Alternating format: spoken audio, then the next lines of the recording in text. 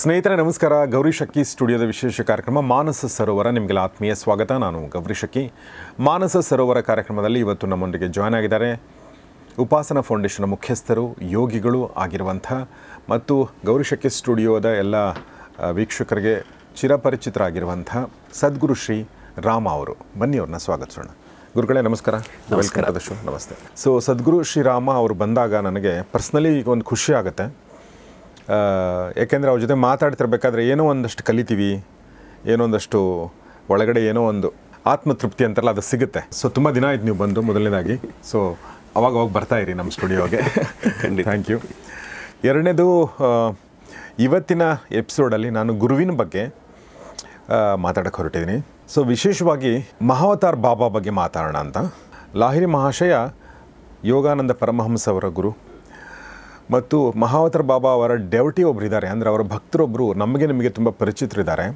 ಅವರು ಯಾರು ಅಂದರೆ ಸೂಪರ್ ಸ್ಟಾರ್ ರಜನಿಕಾಂತರು ಪ್ರತಿ ವರ್ಷ ಉತ್ತರಾಖಂಡದ ಅವರ ಆಶ್ರಮಕ್ಕೆ ಹೋಗ್ತಾರೆ ಮತ್ತು ಅಲ್ಲಿರ್ತಾರೆ ಅನ್ನೋದನ್ನು ನಾವು ಕೇಳ್ತಾನೆ ಬಂದಿದ್ದೀವಿ, ನೋಡ್ತಾನೆ ಬಂದಿದ್ದೀವಿ. ನೋಡಿ, ರಜನಿಕಾಂತೆ ಒಂದು ಕಡೆ ಹೇಳ್ಕೊಂಡಿದ್ದಾರೆ, ಪರಮಹಂಸ ಯೋಗಾನಂದರು ಅಂತ ಲಹಿರಿ ಮಹರ್ಷಿಗಳ ಶಿಷ್ಯರಾದಂಥ ಯೋಗಾನಂದರು ಅವರ ಕೃತಿಯನ್ನು ರಚನೆ ಮಾಡಿದ್ದಾರೆ. ಯೋಗಿ ಆತ್ಮಕತೆ ಅಂತ.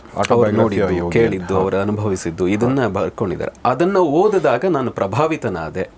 ಈ ಥರದ್ದು ಒಂದು ಇದೆಯಾ, ಈ ಥರದ್ದು ಅನುಭವಗಳಾಗೋದಿದೆಯಾ? ಯಾಕೆಂದರೆ ಅಲ್ಲಿ ಅವ್ರು ಹೇಳಿರುವಂಥ ಎಷ್ಟೋ ವಿಷಯ ಸೈನ್ಸ್ಗೆ ಹತ್ತಿರವಾದದ್ದನ್ನು ಕೋಟ್ ಮಾಡಿದ್ದಾರೆ.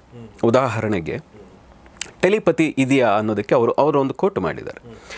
ಒಂದು ಇಂಗ್ಲೆಂಡಿನ ಒಂದು ಯೂನಿವರ್ಸಿಟಿಲಿ ಆದಂಥ ಘಟನೆ.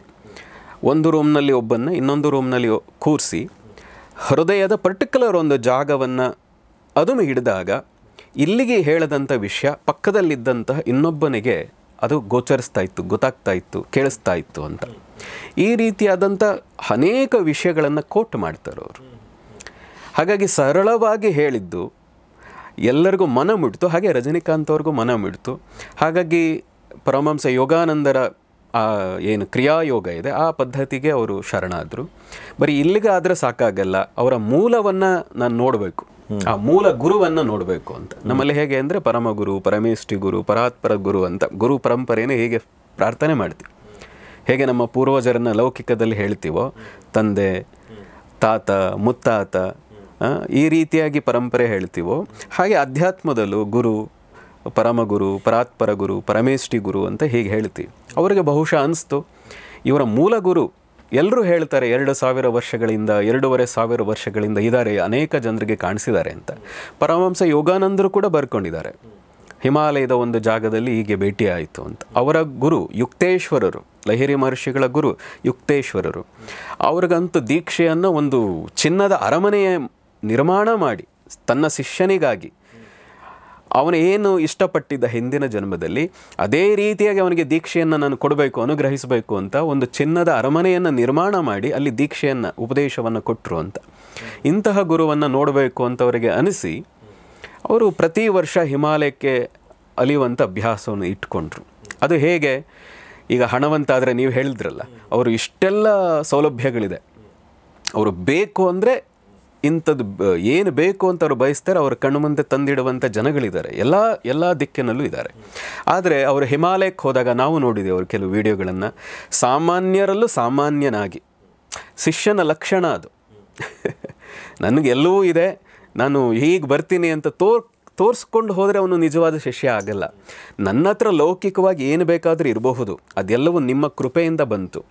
ಹಾಗಾಗಿ ನಿಮ್ಮ ಹತ್ರಕ್ಕೆ ಬರಬೇಕಾದ್ರೆ ನಾನು ಸಾಮಾನ್ಯರಲ್ಲೂ ಸಾಮಾನ್ಯನಾಗಿ ಬರ್ತೀನಿ ಅನ್ನುವಂತೆ ಎಲ್ಲರ ಜೊತೆ, ಅವರ ಸ್ನೇಹಿತರ ಜೊತೆ ಸಾಮಾನ್ಯರಲ್ಲಿ ಸಾಮಾನ್ಯರಾಗಿ ಎಲ್ಲರ ರೀತಿ ಚಾಪೆ ಮೇಲೆ ಅಲ್ಲಿ ಹೋದಾಗ ಮಲಗ್ತಾರೆ, ಎಲ್ಲಿ ರಸ್ತೆ ಬದಿನಲ್ಲಿ ಏನು ಸಿಗ್ತಾ ಇದೆಯೋ ಅದನ್ನೇ ಸೇವಿಸ್ತಾರೆ.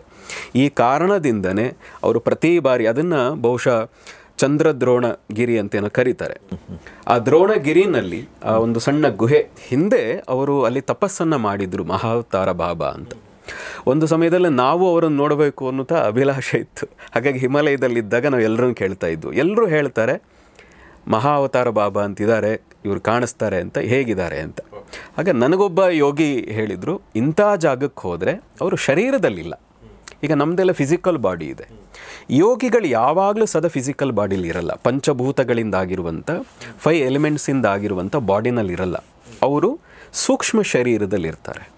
ಹೇಗೆ ಭಗವಂತ ಸೂಕ್ಷ್ಮವಾಗಿ ಇದ್ದಾನೋ ಹಾಗೆ ಒಂದು ಹಂತವನ್ನು ದಾಟಿದ ಯೋಗಿಗಳು, ಒಂದು ಹಂತದ ಸಾಧನೆಯನ್ನು ಮೀರಿದ ಯೋಗಿಗಳು ತಮಗೆ ಬೇಕಾದಂತೆ ರೂಪವನ್ನು ಬದಲಾಯಿಸಿಕೊಳ್ಳುವಂಥ ಕ್ಷಮತೆಯನ್ನು ಹೊಂದಿರ್ತಾರೆ. ಹಾಗಾಗಿ ಫಿಸಿಕಲ್ ಬಾಡಿಲಿಲ್ಲ, ಮಹಾವತಾರ ಬಾಬಾಜಿ ಇರುವಂಥದ್ದು ಸೂಕ್ಷ್ಮ ಶರೀರದಲ್ಲಿ. ಹೇಗೆ ಗಾಳಿಯಲ್ಲಿ ತೇಲು ಹೋಗಬಹುದೋ ಬಲೂನಿನ ರೀತಿಯಲ್ಲಿ ಆ ರೀತಿಯಾಗಿ ಇದ್ದಾರೆ. ಇಂಥ ಜಾಗಕ್ಕೆ, ಹಿಮಾಲಯದ ಇಂಥ ಜಾಗಕ್ಕೆ ಹೋಗೋ, ಅಲ್ಲೊಬ್ಬ ಯೋಗಿ ಸಾಧನೆ ಮಾಡ್ತಾ ಇದ್ದಾರೆ, ಅಲ್ಲಿ ಹೋದರೆ ನಿನಗೆ ಅವರ ದರ್ಶನ ಆಗಬಹುದು ಅಂತ. ಆದರೆ ನಾವು ಅಷ್ಟು ಸಾಹಸ, ನಮಗೆ ಧೈರ್ಯ ಸಾಕಾಗಲಿಲ್ವೋ ಏನೋ ಆ ಸಮಯದಲ್ಲಿ, ಅಲ್ಲಿ ಹಂತಕ್ಕೆ ಹೋಗೋಕ್ಕಾಗಲಿಲ್ಲ. ಆದರೆ ಆ ಕುತೂಹಲ ಎಲ್ರಿಗೂ ಬಂದಂತೆ. ಸಾಮಾನ್ಯವಾಗಿ ಇತ್ತೀಚಿನ ಯುವಕರು ಓದುವಂಥದ್ದು ಒಂದು ಸ್ವಾಮಿ ರಾಮ್ ಅವರ ಹಿಮಾಲಯದ ಯೋಗಿಗಳ ಆತ್ಮಕತೆ, ಇಲ್ಲ ಪರಮಹಂಸ ಯೋಗಾನಂದರ ಯೋಗಿಯ ಆತ್ಮಕತೆ, ಇಲ್ಲ ಸ್ವಾಮಿ ವಿವೇಕಾನಂದರ ಬಗೆಗಿನ ಒಂದಷ್ಟು ಕೃತಿಗಳು. ವಿಶೇಷವಾಗಿ ಈ ಮೂರು ಜನರು ಇವತ್ತಿನ ಯುವಕರು, ಅದರಲ್ಲೂ ಈಗೊಂದು 30-40 ವರ್ಷದಿಂದ ಅನೇಕ ಯುವಕರ ಮೇಲೆ ಪ್ರಭಾವ ಬೀರಿದಂಥವ್ರು. ಹಾಗೆ ಒಂದು ಸಮಯದಲ್ಲಿ ನಮಗೂ ಆ ಪ್ರಭಾವ ಬೀರಿದ್ದ ಕಾರಣಕ್ಕೆ ಮತ್ತು ಅನೇಕ ಜನ ಇದ್ರ ಬಗ್ಗೆ ಹೇಳಿದ ಕಾರಣಕ್ಕೆ, ಕೇಳಿದ ಕಾರಣಕ್ಕೆ ನಮಗೂ ಆ ಕುತೂಹಲ ಇತ್ತು. ಹಾಗಾಗಿ ನಾವು ಹುಡ್ಕೊಂಡು ಹೋಗುವಂಥ ಪ್ರಯತ್ನ ಮಾಡಿದ್ವಿ. ಓಕೆ.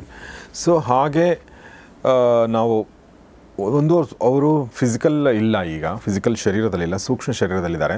ಮತ್ತು ನೀವು ಅವರ ಒಂದು ಡೇಟ್ ಆಫ್ ಬರ್ತನ್ನು ಹುಡ್ಕೊಂಡು ಹೋದರೆ ಅದು ಭಾಳ ವರ್ಷಗಳ ಹಿಂದೆ ಆಗಿರೋವಂಥದ್ದು ಅಂತಂದರೆ ನಾವು ಅದನ್ನು ಗಮನಿಸೋದಾದರೆ, ಸೊ ಎಷ್ಟು ವರ್ಷಗಳ ಕಾಲ ಬೇಕಾದರೂ ಇರ್ತಾರೆ ಅಂತ ನೀವು ಹೇಳ್ತಾ ಇದ್ದೀರಿ. ಅಂದರೆ ಸೂಕ್ಷ್ಮ ಶರೀರದಲ್ಲಿ ಅವರು ತಮಗೆ ಬೇಕಾದಷ್ಟು ವರ್ಷಗಳ ಕಾಲ ಅವರು ಇರ್ತಾರೆ. ನೋಡಿ, ಜೀವನ್ ಮುಕ್ತರು ಅಂತ ಕರಿತೀವಿ ನಾವು. ಬದುಕಿದ್ದಾಗಲೇ ಎಲ್ಲ ಬಂಧನಗಳಿಂದ ಮುಕ್ತರಾದವರಿಗೆ ಜೀವನ್ ಮುಕ್ತರು ಅಂತ ಕರಿತೀವಿ. ಆ ಜೀವನ್ ಮುಕ್ತರು ಅವರು ಆಸೆ ಪಟ್ಟರೆ, ಪ್ರಕೃತಿ ಏನು ನಿಯತಿ ಅಂತ ನಾವು ಕರಿತೀವಿ, ಅಂದರೆ ಕರ್ಮ ಅಂತ ಏನು ಕರಿತೀವಿ, ಹೀಗಿರಬೇಕು, ಹೀಗೆ ನಡ್ಕೋಬೇಕು, ಹೀಗೆ ಮಾಡಿದರೆ ಈಗ ಅದಕ್ಕೆ ಫಲ ಇದೆ ಅನ್ನುವಂಥ ಒಂದು ನಿಯತಿ ಅಂತ ಹೇಗೆ ಕಾನೂನು ಅಂತೀರಿ, ಅದನ್ನು ಅಧ್ಯಾತ್ಮದಲ್ಲಿ ಅಥವಾ ಧಾರ್ಮಿಕತೆಯಲ್ಲಿ ನಿಯತಿ ಅಥವಾ ಕರ್ಮ ಸಿದ್ಧಾಂತ ಅಂತ ಕರಿತೀವಿ. ಈ ಯೋಗಿಗಳು ಜೀವನ್ ಮುಕ್ತರು ಯಾರಾಗ್ತಾರೆ, ಈ ನಿಯತಿಯನ್ನು ಮೀರ್ತಾರೆ, ಪ್ರಕೃತಿಯನ್ನೇ ನಿಲ್ಲಿಸುವ, ಪ್ರಕೃತಿಯನ್ನೇ ತಮಗೆ ಬೇಕಾದಂತೆ ಬದಲಾಯಿಸುವಂತಹ ಕ್ಷಮತೆಯನ್ನು ಹೊಂದಿರ್ತಾರೆ.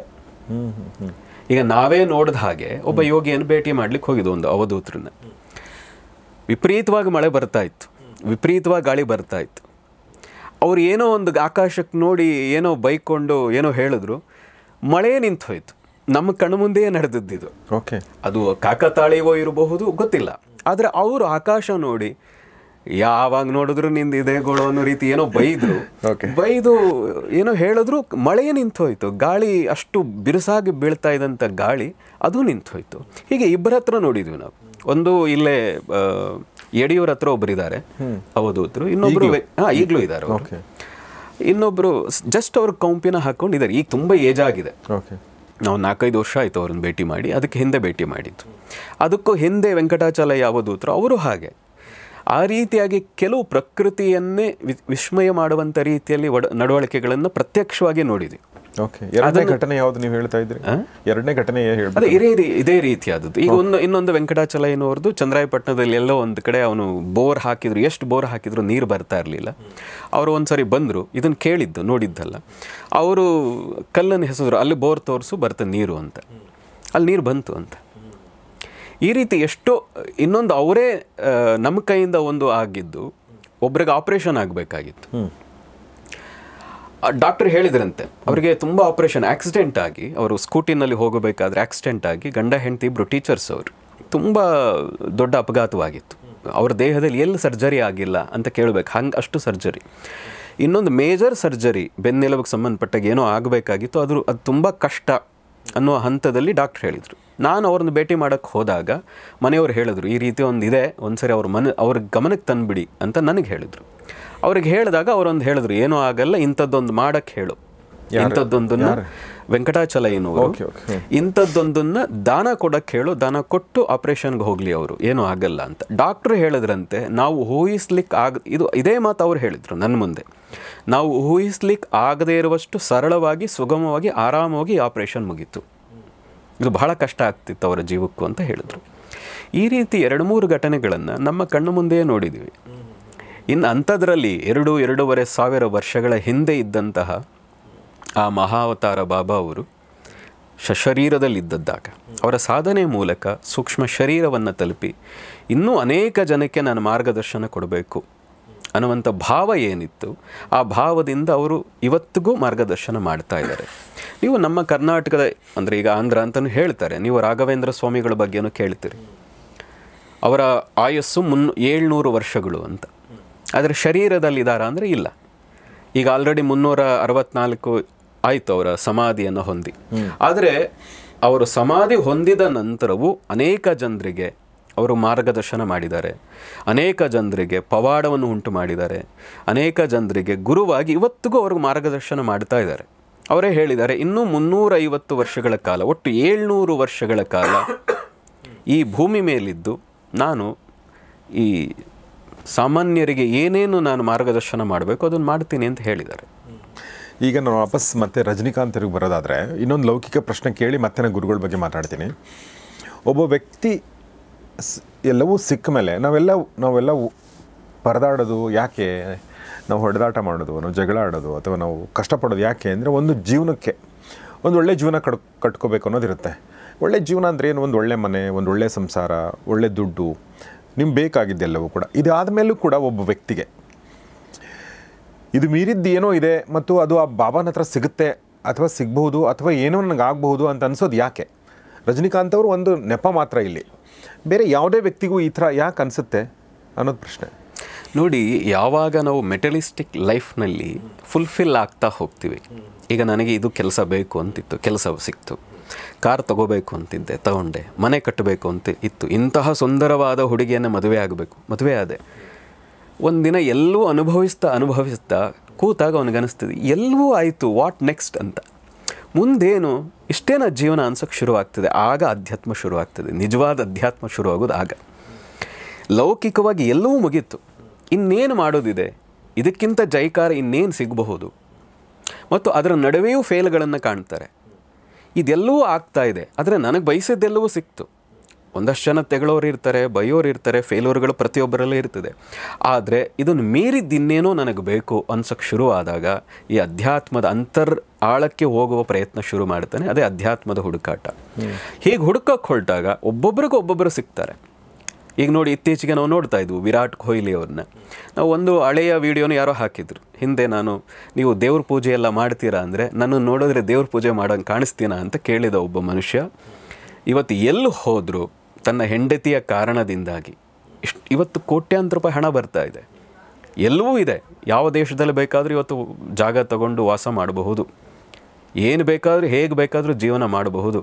ಆದರೆ ಇಷ್ಟೆಲ್ಲದರ ನಡುವೆಯೂ ಇದು ನನ್ನ ಪೂರ್ಣ ಆಗ್ತಾ ಇಲ್ಲ ನನ್ನ ಲೈಫ್ ಅನ್ಸೋಕ್ಕೆ ಶುರುವಾದಾಗ, ನನಗೆ ಇನ್ನೇನೋ ಬೇಕು ಅನ್ಸೋಕ್ಕೆ ಶುರುವಾದಾಗ ಎಲ್ಲ ಉಜ್ಜಯಿನಿಯ ಮಹಾಕಾಲಕ್ಕೆ ಹೋಗಿ, ಇನ್ಯಾವುದೋ ವೃಂದಾವನಕ್ಕೆ ಹೋಗಿ ಅಲ್ಲಿಯ ದೇವಸ್ಥಾನಗಳು, ಗುರುಗಳನ್ನು ದರ್ಶನ ಮಾಡೋಕ್ಕೆ ಶುರು ಮಾಡಿದ್ವಿ. ಇವತ್ತು ಪ್ರತಿದಿನ ಬೆರಳಿಗೆ ಇದನ್ನು ಹಾಕ್ಕೊಂಡು ಕೌಂಟಿಂಗ್ ಮಿಷಿನ್ ಹಾಕ್ಕೊಂಡು ಚಾಂಟ್ ಮಾಡೋಕ್ಕೆ ಶುರು ಮಾಡಿದ್ದಾರೆ. ಮನಸ್ಸಿಗೆ ಅದೊಂದು ಶಾಂತಿ ಕೊಡ್ತದೆ, ಮನಸ್ಸಿಗೆ ಅದೊಂದು ಮುದ ಕೊಡ್ತದೆ, ಮನಸ್ಸಿಗೆ ಅದೊಂದು ನಿರಂತರವಾದ ಪ್ರಶಾಂತತೆಯನ್ನು ಕೊಡೋಕ್ಕೆ ಸಾಧ್ಯ ಇರೋದು ಅಧ್ಯಾತ್ಮದಲ್ಲಿ ಮಾತ್ರ. ಅಂತಹ ಗುರು ಸಿಕ್ಕಿದಾಗ ನಾವು ಅದೃಷ್ಟವಂತರು. ರಜನಿಕಾಂತ್ರಿಗೆ ಪರಮಹಂಸ ಯೋಗಾನಂದರು ಮತ್ತು ಆ ಗುರು ಪರಂಪರೆ ಮಹಾವತಾರ ಬಾಬಾ ಸಿಕ್ಕಿದ್ರು. ಹೀಗೆ ಪ್ರತಿಯೊಬ್ಬರಿಗೂ ನೀವು ಯಾರ್ಯಾರು, ಬರೀ ಕೇವಲ ರಜನಿಕಾಂತ್ ಮಾತ್ರ ಅಲ್ಲ, ನೀವು ಯಾರ್ಯಾರು ಈ ಮೆಟೀರಿಯಲಿಸ್ಟಿಕ್ ಲೈಫ್ನಲ್ಲಿ ಫುಲ್ಫಿಲ್ನೆಸ್ ಪಡಿಲಿಕ್ಕೆ ಶುರು ಆದರೂ ನೀವು ಎಲ್ಲರನ್ನು ಸೂಕ್ಷ್ಮವಾಗಿ ಗಮನಿಸಿ ಅವರು ಚಡಪಡಿಸೋಕ್ಕೆ ಶುರುವಾಗ್ತಾರೆ.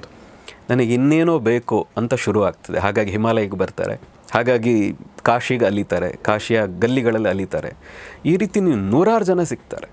ಪ್ರತಿಯೊಬ್ಬರು ಕೊನೆಗೆ ಅಲ್ಟಿಮೇಟ್ ಏನು ಅಂದರೆ ಅಧ್ಯಾತ್ಮವೇ ನಮ್ಮ ಮನಸ್ಸಿನ ಶಾಂತಿಗೆ ಇದು ಫೈನಲ್.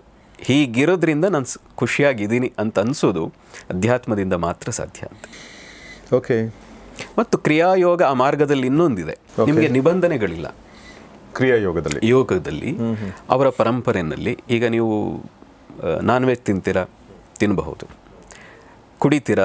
ಕುಡಿಬಹುದು, ಮದುವೆ ಆಗಿರಬಹುದು. ಅದರ ನಡುವೆ ಆದರೆ ಈ ಸಾಧನೆ ಮಾಡಿ, ಈ ಕ್ರಿಯಾಯೋಗವನ್ನು ಪ್ರಾಕ್ಟೀಸ್ ಮಾಡಿ ಅಂತಷ್ಟೇ ಹೇಳ್ತಾರೆ. ಮತ್ತು ಅವರ ಗುರುಗಳ ಬಗ್ಗೆನೇ ಅವರು ಹೇಳ್ಕೊಂಡಿದ್ದಾರೆ. ಬೇರೆಯವರು ಕೇವಲ ಆ ಪರಂಪರೆಯಲ್ಲ, ಮಹಾವತಾರ ಬಾಬಾಯಿಂದ ಕೇವಲ ಯೋಗಾನಂದರ ಆ ಪರಂಪರೆ ಮಾತ್ರ ಅಲ್ಲ, ಆ ರೀತಿ ತುಂಬ ಜನ ಬೇರೆಯವರು ಇದ್ದಾರೆ. ಹೆಚ್ಚು ಪ್ರಚಾರಕ್ಕೆ ಬಂದದ್ದು ಪರಮಹಂಸ ಯೋಗಾನಂದರ ಕೃತಿಯಿಂದಾಗಿ ಅವರು ಮಾತ್ರ ಅವರ ಪರಂಪರೆ ಅಂದರೆ ಲಹರಿ ಮಹಾಶಯರು ಮತ್ತು ಯುಕ್ತೇಶ್ವರರು ಹೆಚ್ಚು ಪ್ರಚಾರಕ್ಕೆ ಬಂದರು. ಅದರಲ್ಲೂ ರಜನಿಕಾಂತ್ ಹೆಸರು ಹೇಳಿದ ಮೇಲಂತೂ ಇನ್ನೂ ಹೆಚ್ಚು ಅವ್ರ ಬಗ್ಗೆ ಆಸಕ್ತಿ ಇವತ್ತಿನ ಜನಕ್ಕೆ ಬಂತು. ಆದರೆ ಅದಲ್ಲದೆ ಅದೇ ಪರಂಪರೆಗೆ ಸೇರಿದ ಬೇರೆ ಬೇರೆಯ ಗುರುಗಳು ಇದ್ದಾರೆ.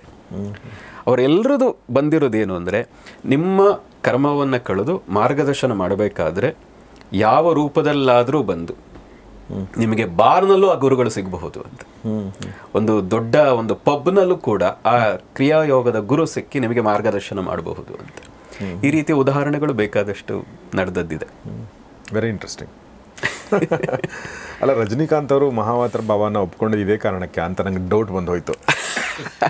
ಕುಡಿಬೋದು, ತಿನ್ಬೋದು, ಮದುವೆನೂ ಆಗ್ಬೋದು. ಒಂದು ಸುಮ್ಮನೆ ನಾನು ಒಂದು ತಮಾಷೆಯಾಗಿ ಹೇಳಿದೆ. ಬಟ್ 2 ಪ್ರಶ್ನೆಗಳು. ಬಟ್ ಕುಡಿಯಿದೆ ಅಂದರೆ ನೀವು ಕುಡಿಯೋದನ್ನು ನಿಲ್ಲಿಸಿದರೆ ಅಥವಾ ನೀವು ಮಾಂಸ ತಿನ್ನೋದನ್ನು ನಿಲ್ಲಿಸಿದರೆ ನಿಮ್ಮ ಪ್ರಯಾಣ ಸ್ವಲ್ಪ ಸುಗಮವಾಗುತ್ತೆ ಅನ್ನೋ ದೃಷ್ಟಿಯಿಂದ ಬೇಡ ಅಂತ ಹೇಳ್ತಾರೆ ಅಲ್ವಾ? ಸೊ ಹೀಗಾಗಿ ಅದು ತುಂಬ ನೀವು ಕಟ್ಟುನಿಟ್ಟಾಗಿ ಅಂದರೆ ನಿಮಗೆ ಅದು ಕೆಟ್ಟದ್ದೋ ಹೌದೋ ಇಲ್ವೋ, ಪ್ರಾಪಂಚಿಕವಾಗಿ ಯಾರು ಏನು ಬೇಕಾದರೂ ಹೇಳಿ, ಆದರೆ ನಿಮ್ಮ ದೇಹಕ್ಕಂತೂ ಅದು ಕೆಟ್ಟದ್ದೇ.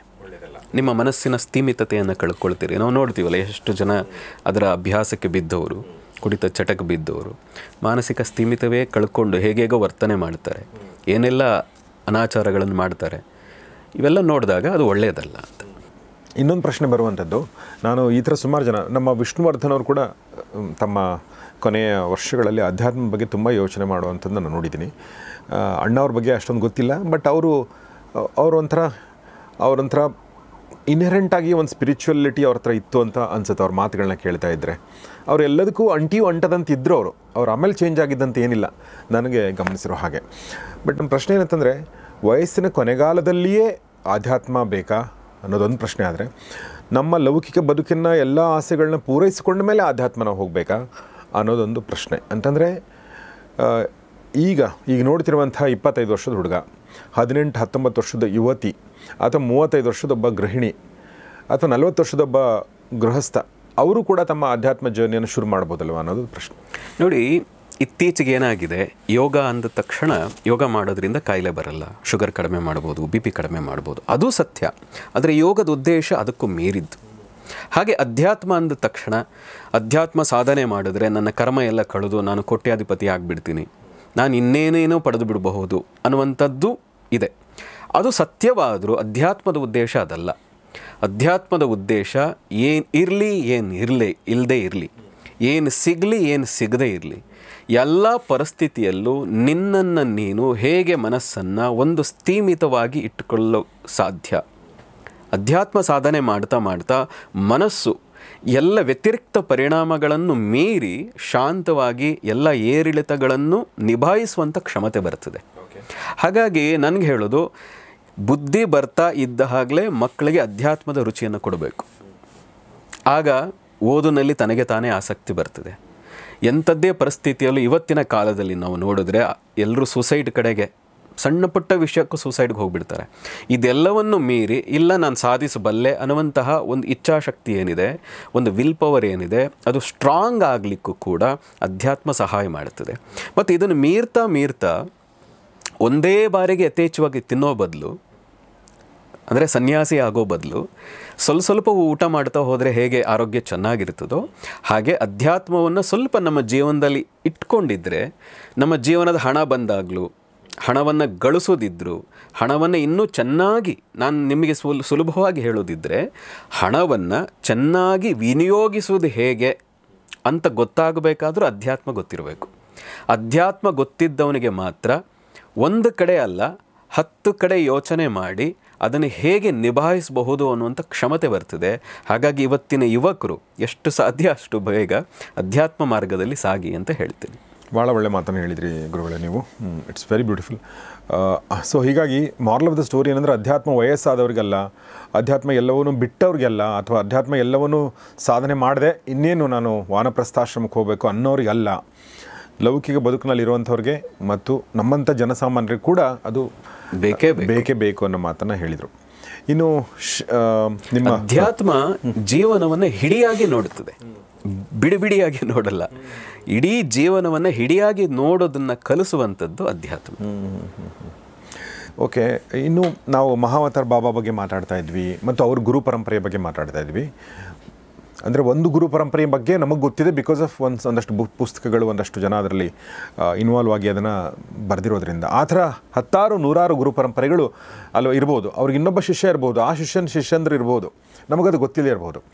ಸೊ ಹಾಗೆ ನಮ್ಮ ಭಾರತದಲ್ಲಿ ಸಾಕಷ್ಟು ಜನ ಗುರುಗಳಿದ್ದಾರೆ. ಇವತ್ತು ನಾನು ಇನ್ನೊಬ್ಬ ಗುರುವಿನ ಬಗ್ಗೆ ಹೇಳಿ ಭಾರತವನ್ನು ಔನ್ನತ್ಯದ ಹಾದಿ ಕಡೆಗೆ ಕರ್ಕೊಂಡು ಹೋದ ಅಥವಾ ಭಾರತವನ್ನು ಕುಸಿತದಿಂದ ತಪ್ಪಿಸಿರುವಂಥ ಗುರುಗಳಂತ ಯಾರಾದರೂ ಅನಿಸಿದರೆ ಯಾರು ಆದ ಗುರು ಅಂತ ಕೇಳ್ಬೋದಾ? ನೋಡಿ, ಭಾರತದ ಒಂದು ಅದೃಷ್ಟ ಆಧ್ಯಾತ್ಮಿಕ ಶಕ್ತಿ ಅಂಥದ್ದು ಅಂದರೆ ಯಾವಾಗ ಇಲ್ಲಿ ಆಧ್ಯಾತ್ಮಿಕ ಪತನವಾಗ್ತಾ ಇದೆ ಅಥವಾ ಭಾರತದಲ್ಲಿ ವಿಕಾಸನದಿಂದ ಹಿಂದಿರುಗ್ತಾ ಇದ್ದೀವಿ ಅಂತ ಅನಿಸ್ದಾಗಲೆಲ್ಲ ಯಾರ್ದಾದ್ರೂ ಒಬ್ಬರದು ಅವತಾರ ಆಗ್ತದೆ. ಏನು ಅಂದರೆ, ಈಗ ಭಗವದ್ಗೀತೆಯಲ್ಲಿ ಕೃಷ್ಣ ಹೇಳ್ತಾನೆ ಸಂಭವಾಮಿ ಯುಗೆ ಯುಗೆ ಅಂತ ಹೇಳ್ತಾರಲ್ಲ, ಹಾಗೆ ಯಾರಾದರೂ ಒಬ್ಬರು ಅವತಾರ ತಾಳ್ತಾರೆ. ಅದರಲ್ಲೂ ಅಗ್ರಗಣ್ಯರು ಅಂದರೆ ನನ್ನ ಪ್ರಕಾರ ಶಂಕರರು, ಆದಿಶಂಕರಾಚಾರ್ಯರು, ಶಂಕರ ಭಗವತ್ಪಾದರು ಹೀಗೆಲ್ಲ ಕರಿತೀವಿ. ಆದಿಶಂಕರಾಚಾರ್ಯರು ಅಂತಲೇ ಹೆಚ್ಚಿನ ಜನಕ್ಕೆ ಗೊತ್ತಿದೆ. ನೋಡಿ, ಹೇಗೆ ಮಹಾವತಾರ ಬಾಬಾ ಗುಪ್ತವಾಗಿ ಆಧ್ಯಾತ್ಮಿಕ ಪ್ರಭೆಯನ್ನು ಹಲವು ಜನರಿಗೆ ತಲುಪಿಸಲಿಕ್ಕೆ ಪ್ರಯತ್ನ ಮಾಡ್ತಾ ಇದ್ದಾರೋ, ಶಂಕರರ ಬಗ್ಗೆನೂ ಹೇಳ್ತಾರೆ. ಮಹಾವತಾರ ಬಾಬಾ ಅವರು ಕ್ರಿಯಾಯೋಗವನ್ನು ಶಂಕರರಿಗೂ ಬೋಧಿಸಿದ್ರು ಅನ್ನುವಂಥ ಮಾತು ಒಂದಿದೆ. ಅಷ್ಟೇ ಅಲ್ಲ, ಶ್ರೀಕೃಷ್ಣನಿಗೆ ಮಹಾವತಾರ ಬಾಬಾ ಕ್ರಿಯಾಯೋಗವನ್ನು ಬೋಧಿಸಿದ್ರು ಅಂತ ಹೇಳ್ತಾರೆ. ಕೆಲವು ಸರಿ ಅವರ ಪರಂಪರೆಯನ್ನು ಹೇಳ್ಕೋಬೇಕಾದ್ರೆ ಸ್ವಲ್ಪ ಅತಿಶಯೋಕ್ತಿ ಅನ್ನೋ ಹಾಗೆ ಹೇಳ್ಕೋಬಹುದೇನೋ. ಆದರೆ ಅದರಲ್ಲೂ ವಿಶೇಷವಾಗಿ ನಾವು ಶಂಕರರ ಬಗ್ಗೆ ಇವತ್ತಲ್ಲ, ಎಷ್ಟೇ ಸಾವಿರ ವರ್ಷಗಳಾದರೂ ಕೂಡ ನಾವೆಲ್ಲೂ ಅವರಿಗೆ ಋಣಿಗಳಾಗಿರಬೇಕು, ನಾವೆಲ್ಲರೂ ಅವರಿಗೆ ಕೃತಜ್ಞತೆಯನ್ನು ಸಲ್ಲಿಸಲೇಬೇಕು. ಆ ಕಾರಣದಿಂದನೇ ನಾವು ನಮ್ಮ ಗುರು ಪೂರ್ಣಿಮೆಯಲ್ಲೂ ಕೂಡ ಒಂದು ಪಾದಕೆಯನ್ನು ಮಾಡಿಸಿದ್ದೀವಿ. ಶಂಕರ ತತ್ವ ಮತ್ತು ಶಂಕರಾಂಶ ದತ್ತಾಂಶ, ದತ್ತಾತ್ರೇಯ ಏನು ಪರಂಪರೆ ಇದೆ, ಆ ಶಂಕರಾಂಶ ಮತ್ತು ದತ್ತಾಂಶದ ಪ್ರತೀಕವಾಗಿ ಶ್ರೀಪಾದಕೆ ಅಂತ ಇದೆ. ಆ ಶ್ರೀಪಾದಕೆಯನ್ನು ಗುರುಪೌರ್ಣಿಮೆಯ ದಿನ ದರ್ಶನಕ್ಕೂ ಇಡ್ತೀವಿ, ಅದನ್ನು ಪೂಜೆ ಮಾಡುವಂಥ ಅವಕಾಶವನ್ನು ಸಾಕಷ್ಟು ಜನಕ್ಕೆ ಕೊಡ್ತೀವಿ. ಯಾಕೆ ಆ ಶಂಕರ ಪಾದಕೆಯನ್ನು ನಾವು ಮಾಡಿಸಿಟ್ಟಿದ್ದೀವಿ ಅಂದರೆ, ನಮಗೆ ಅವರ ಆ ಇತಿಹಾಸವನ್ನು ನೋಡ್ತಾ ಇದ್ದಾಗ ಎಂತಹ ರೋಚಕವಾದದ್ದು ಅವರ ಜೀವನ ಅಂತ. 8ನೇ ವಯಸ್ಸಿಗೆ ಮನೆ ಬಿಡ್ತಾರೆ, 8ನೇ ವಯಸ್ಸಿಗೆ ಅವರು ಸನ್ಯಾಸವನ್ನು ಸ್ವೀಕಾರ ಮಾಡ್ತಾರೆ. ಊಹೆ ಮಾಡಿ 1200 ವರ್ಷಗಳ ಹಿಂದೆ. ಇವತ್ತಾದರೆ ವಿಮಾನ ಇದೆ, ಇವತ್ತು ವೆಹಿಕಲ್ಗಳಿದೆ, ಬಸ್ ಇದೆ, ಕಾರ್ ಇದೆ, ಎಲ್ಲಿ ಹೋದರೂ ಒಂದಷ್ಟು ಜನಗಳು ಸಿಗ್ತಾರೆ. ಆದರೆ 1200 ವರ್ಷಗಳ ಹಿಂದೆ ರಸ್ತೆಯೇ ಇಲ್ಲದ, ಯಾವುದೇ ವಾಹನಗಳ ಸೌಲಭ್ಯವೇ ಇಲ್ಲದ ಸಂದರ್ಭದಲ್ಲಿ ಇಡೀ ದೇಶವನ್ನು, ಭರತ ಖಂಡವನ್ನು 4 ಬಾರಿ ಪ್ರದಕ್ಷಿಣೆ ಮಾಡಿದೆ. 4 ಬಾರಿ, ಓಕೆ. 8ನೇ ವಯಸ್ಸಿಗೆ ಮನೆ ಬಿಟ್ಟು 32 ವಯಸ್ಸಿನವರೆಗೆ ಅವರ ಜೀವಿತಾವಧಿ ಇದ್ದದ್ದು. ಅತಿ ವೇಗವಾಗಿ ಅವರ ದೇಹವನ್ನು ತ್ಯಾಗ ಮಾಡಿದರು.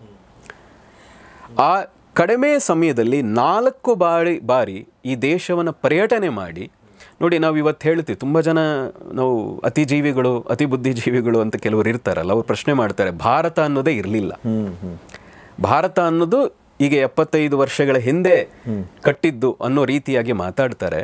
ಆದರೆ ಯೋಚನೆ ಮಾಡಿ, ಶಂಕರರು 1200 ವರ್ಷಗಳ ಮುಂಚೆಯೇ ಭಾರತ ಅನ್ನೋದು ನೀವು ಏನು ಫಿಸಿಕಲಿ ನೋಡ್ತಾ ಇದ್ದೀರದು ಅಷ್ಟೇ ಅಲ್ಲಪ್ಪ, ಆಧ್ಯಾತ್ಮಿಕವಾಗಿ ಭಾರತ ಅಂದರೆ ಇದು, ಧಾರ್ಮಿಕವಾಗಿ ಭಾರತ ಅಂದರೆ ಇದು ಅಂತ ತೋರಿಸಿ ದೇಶದ 4 ಭಾಗಗಳಲ್ಲಿ ಆಮ್ನಾಯ ಮಠಗಳನ್ನು ಸ್ಥಾಪನೆ ಮಾಡಿದರು.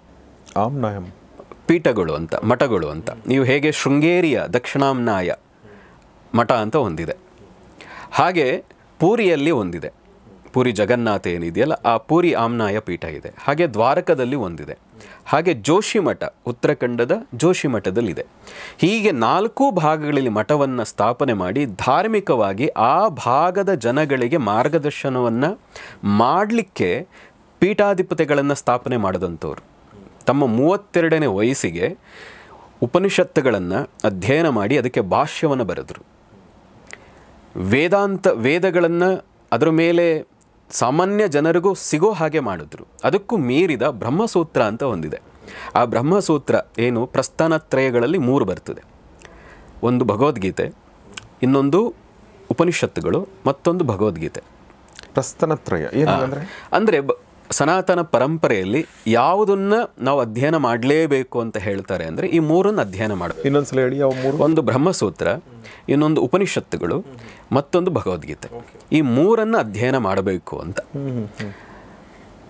ಬ್ರಹ್ಮಸೂತ್ರ ಅಂದರೆ ಆತ್ಮದ ಬಗ್ಗೆ ವಿಶೇಷವಾಗಿ ಇದೆ. ಅದು ನಮ್ಮಂಥವರು ಕೂಡ ಮಾತಾಡೋದು ಕಷ್ಟ, ಅದಕ್ಕೆ ಆಳವಾದ ಅಧ್ಯಯನ ಬೇಕು. ಅದರ ಬಗ್ಗೆ ಆ ಚಿಕ್ಕ ವಯಸ್ಸಿನಲ್ಲೇ ಭಾಷ್ಯವನ್ನು ಬರೆದಂಥವರು ಶಂಕರರು. ಭಗವದ್ಗೀತೆ ಬಗ್ಗೆ ಭಾಷ್ಯವನ್ನು ಬರೆದಂಥವರು ಶಂಕರರು. ಉಪನಿಷತ್ತುಗಳು 108 ಉಪನಿಷತ್ತುಗಳು ಅಂತಿದೆ. ಆ 108 ಉಪನಿಷತ್ತಿನಲ್ಲಿ ಅತ್ಯಂತ ಪ್ರಮುಖವಾಗಿ ತೆಗೆದುಕೊಳ್ಳೋದು 8 ಉಪನಿಷತ್ತುಗಳನ್ನು ತಗೊಳ್ತೀವಿ. ಈಶಾವಾಸ್ಯ, ಕಠೋಪನಿಷತ್, ಮಾಂಡುಕ್ಯ, ತೈತರೀಯ, ಪ್ರಶ್ನೋತ್ತರ, ಹೀಗೆ ಒಂದು 7-8 ಉಪನಿಷತ್ತುಗಳನ್ನು ಅತ್ಯಂತ ಪ್ರಮುಖವಾಗಿ ಆದರೂ ಅಧ್ಯಯನ ಮಾಡಬೇಕು ಅಂತ, ನೋಡಬೇಕು ಅಂತ. ಇದೆಲ್ಲದರ ಮೇಲೂ ಭಾಷ್ಯವನ್ನು ಬರೆದು ಇಡೀ ದೇಶವನ್ನು ಸಂಘಟಿತರಾಗಿ ಇರಬೇಕು, ಇದು ಹೊಡೆದು ಹೋಗಬಾರದು ಅನ್ನೋ ಕಾರಣಕ್ಕಾಗಿ 4 ಪೀಠಗಳಿಗೂ 4 ವೇದಗಳನ್ನು, ಅದರ ರಕ್ಷಣೆ, ಅದರ ಉದ್ಧಾರ ಆಗಲಿಕ್ಕೆ, ಅದನ್ನು ಹೆಚ್ಚು ಜನಕ್ಕೆ ತಲುಪಿಸುವಂಥ ಜವಾಬ್ದಾರಿಯನ್ನು ಕೊಟ್ಟು, ಅದರ ಜೊತೆಗೆ ಸಣ್ಣ ಸಣ್ಣ ಮಠಗಳನ್ನು ಸ್ಥಾಪನೆ ಮಾಡಿ ಅಲ್ಲಲ್ಲಿ ಇಡೀ ದೇಶವನ್ನು ಒಗ್ಗಟ್ಟಿನಿಂದ ಇರಲಿಕ್ಕೆ ಏನೆಲ್ಲ ಮಾಡಬೇಕೋ ಆ ಕೆಲಸವನ್ನು ಮಾಡಿದವರು ಶಂಕರರು. ನೀವು ಊಹೆ ಮಾಡಿ, ಕೇದಾರ್ನಾಥ್ ಅಂತ ಒಂದು ದೇವಸ್ಥಾನ ಇದೆ, ಸಾಮಾನ್ಯವಾಗಿ ಇತ್ತೀಚೆಗೆ ಹೆಚ್ಚು ಪ್ರಚಲಿತವಾಗಿದೆ. ಕೇದಾರ್ನಾಥ್ಗೆ ಪೂಜೆ ಮಾಡುವಂಥವ್ರು ಕರ್ನಾಟಕದವರು. ಕೇದಾರ್ನಾಥ್ ಎಲ್ಲಿದೆ, ಕರ್ನಾಟಕ ಎಲ್ಲಿದೆ? 1200 ವರ್ಷಗಳ ಹಿಂದೆ ಅದೋ ಸ್ಥಿತಿಯಲ್ಲಿದ್ದಂತಹ ಕೇದಾರನಾಥವನ್ನು ಪುನರುಜ್ಜೀವನ ಮಾಡಿ, ಇದಕ್ಕೆ ಕೇವಲ ಕೇದಾರನಾಥ್ ಅಲ್ಲ, ಉತ್ತರ ಭಾರತದ ಸಾಕಷ್ಟು ದೇವಸ್ಥಾನಗಳನ್ನು ಪೂಜೆ ಮಾಡುವಂಥವರು ದಕ್ಷಿಣದವರಿದ್ದಾರೆ, ಇಲ್ಲ ಕೇರಳದವರು ಇರ್ತಾರೆ, ತಮಿಳ್ನಾಡವರು ಇರ್ತಾರೆ, ಅಥವಾ ಕರ್ನಾಟಕದವರು ಇರ್ತಾರೆ. ಅಂದರೆ ದೇಶ ಜಾಗಗಳನ್ನು, ಭಾಷೆಗಳನ್ನು, ನಮ್ಮ ಆಚಾರ ವಿಚಾರಗಳನ್ನು ಒಂದಕ್ಕೊಂದು ಬೆಸೆಯುವಂತಹ ಕೆಲಸ, ಈ ಭಾರತ ಒಂದು ಅನ್ನುವಂಥ ದೆಸೆಯಲ್ಲಿ ಕೆಲಸ ಮಾಡಿದಂಥವ್ರು ಶಂಕರರು. ಹಾಗಾಗಿ ಕೇದಾರ ಇರಲಿ, ಪಶುಪತಿನಾಥ ಇರಲಿ, ಇಲ್ಲೆಲ್ಲ ಅರ್ಚನೆಯನ್ನು ಮಾಡುವಂಥ, ಪೂಜೆ ಮಾಡುವಂಥ ಸಂಪ್ರದಾಯವನ್ನು ಕರ್ನಾಟಕದ ಭಾಗದ ಜನ ಹೋಗಿ ಮಾಡಿದ್ದಾರೆ. ಹೀಗೆ ಮಾಡುವ ವ್ಯವಸ್ಥೆಯನ್ನು ರೂಪಿಸಿಕೊಟ್ಟಂಥವರು ಶಂಕರಾಚಾರ್ಯರು. ನಾವು ಊಹೆ ಮಾಡಲಿಕ್ಕೂ ಆಗಲ್ಲ. ಕೇವಲ 32 ವರ್ಷಗಳ ಕಾಲ ಬದುಕಿ 12 ಜ್ಯೋತಿರ್ಲಿಂಗಗಳು ಅಂತ ಇದೆ. ಆ 12 ಜ್ಯೋತಿರ್ಲಿಂಗಗಳನ್ನು ಅದೋ ಸ್ಥಿತಿಯಲ್ಲಿತ್ತದು, ಅದಕ್ಕೆ ಪುನರ್ಜೀವನ ಮಾಡಬೇಕಾಗಿತ್ತು, ಅದಕ್ಕೆ ಮತ್ತೆ ರೀಬಿಲ್ಡ್ ಅಂತ ಏನು ಕರಿತೀರಿ ಅದನ್ನು ಮಾಡಬೇಕಾಗಿತ್ತು. 12 ಜ್ಯೋತಿರ್ಲಿಂಗಗಳನ್ನು ಮಾಡಿದವರು ಅವರು.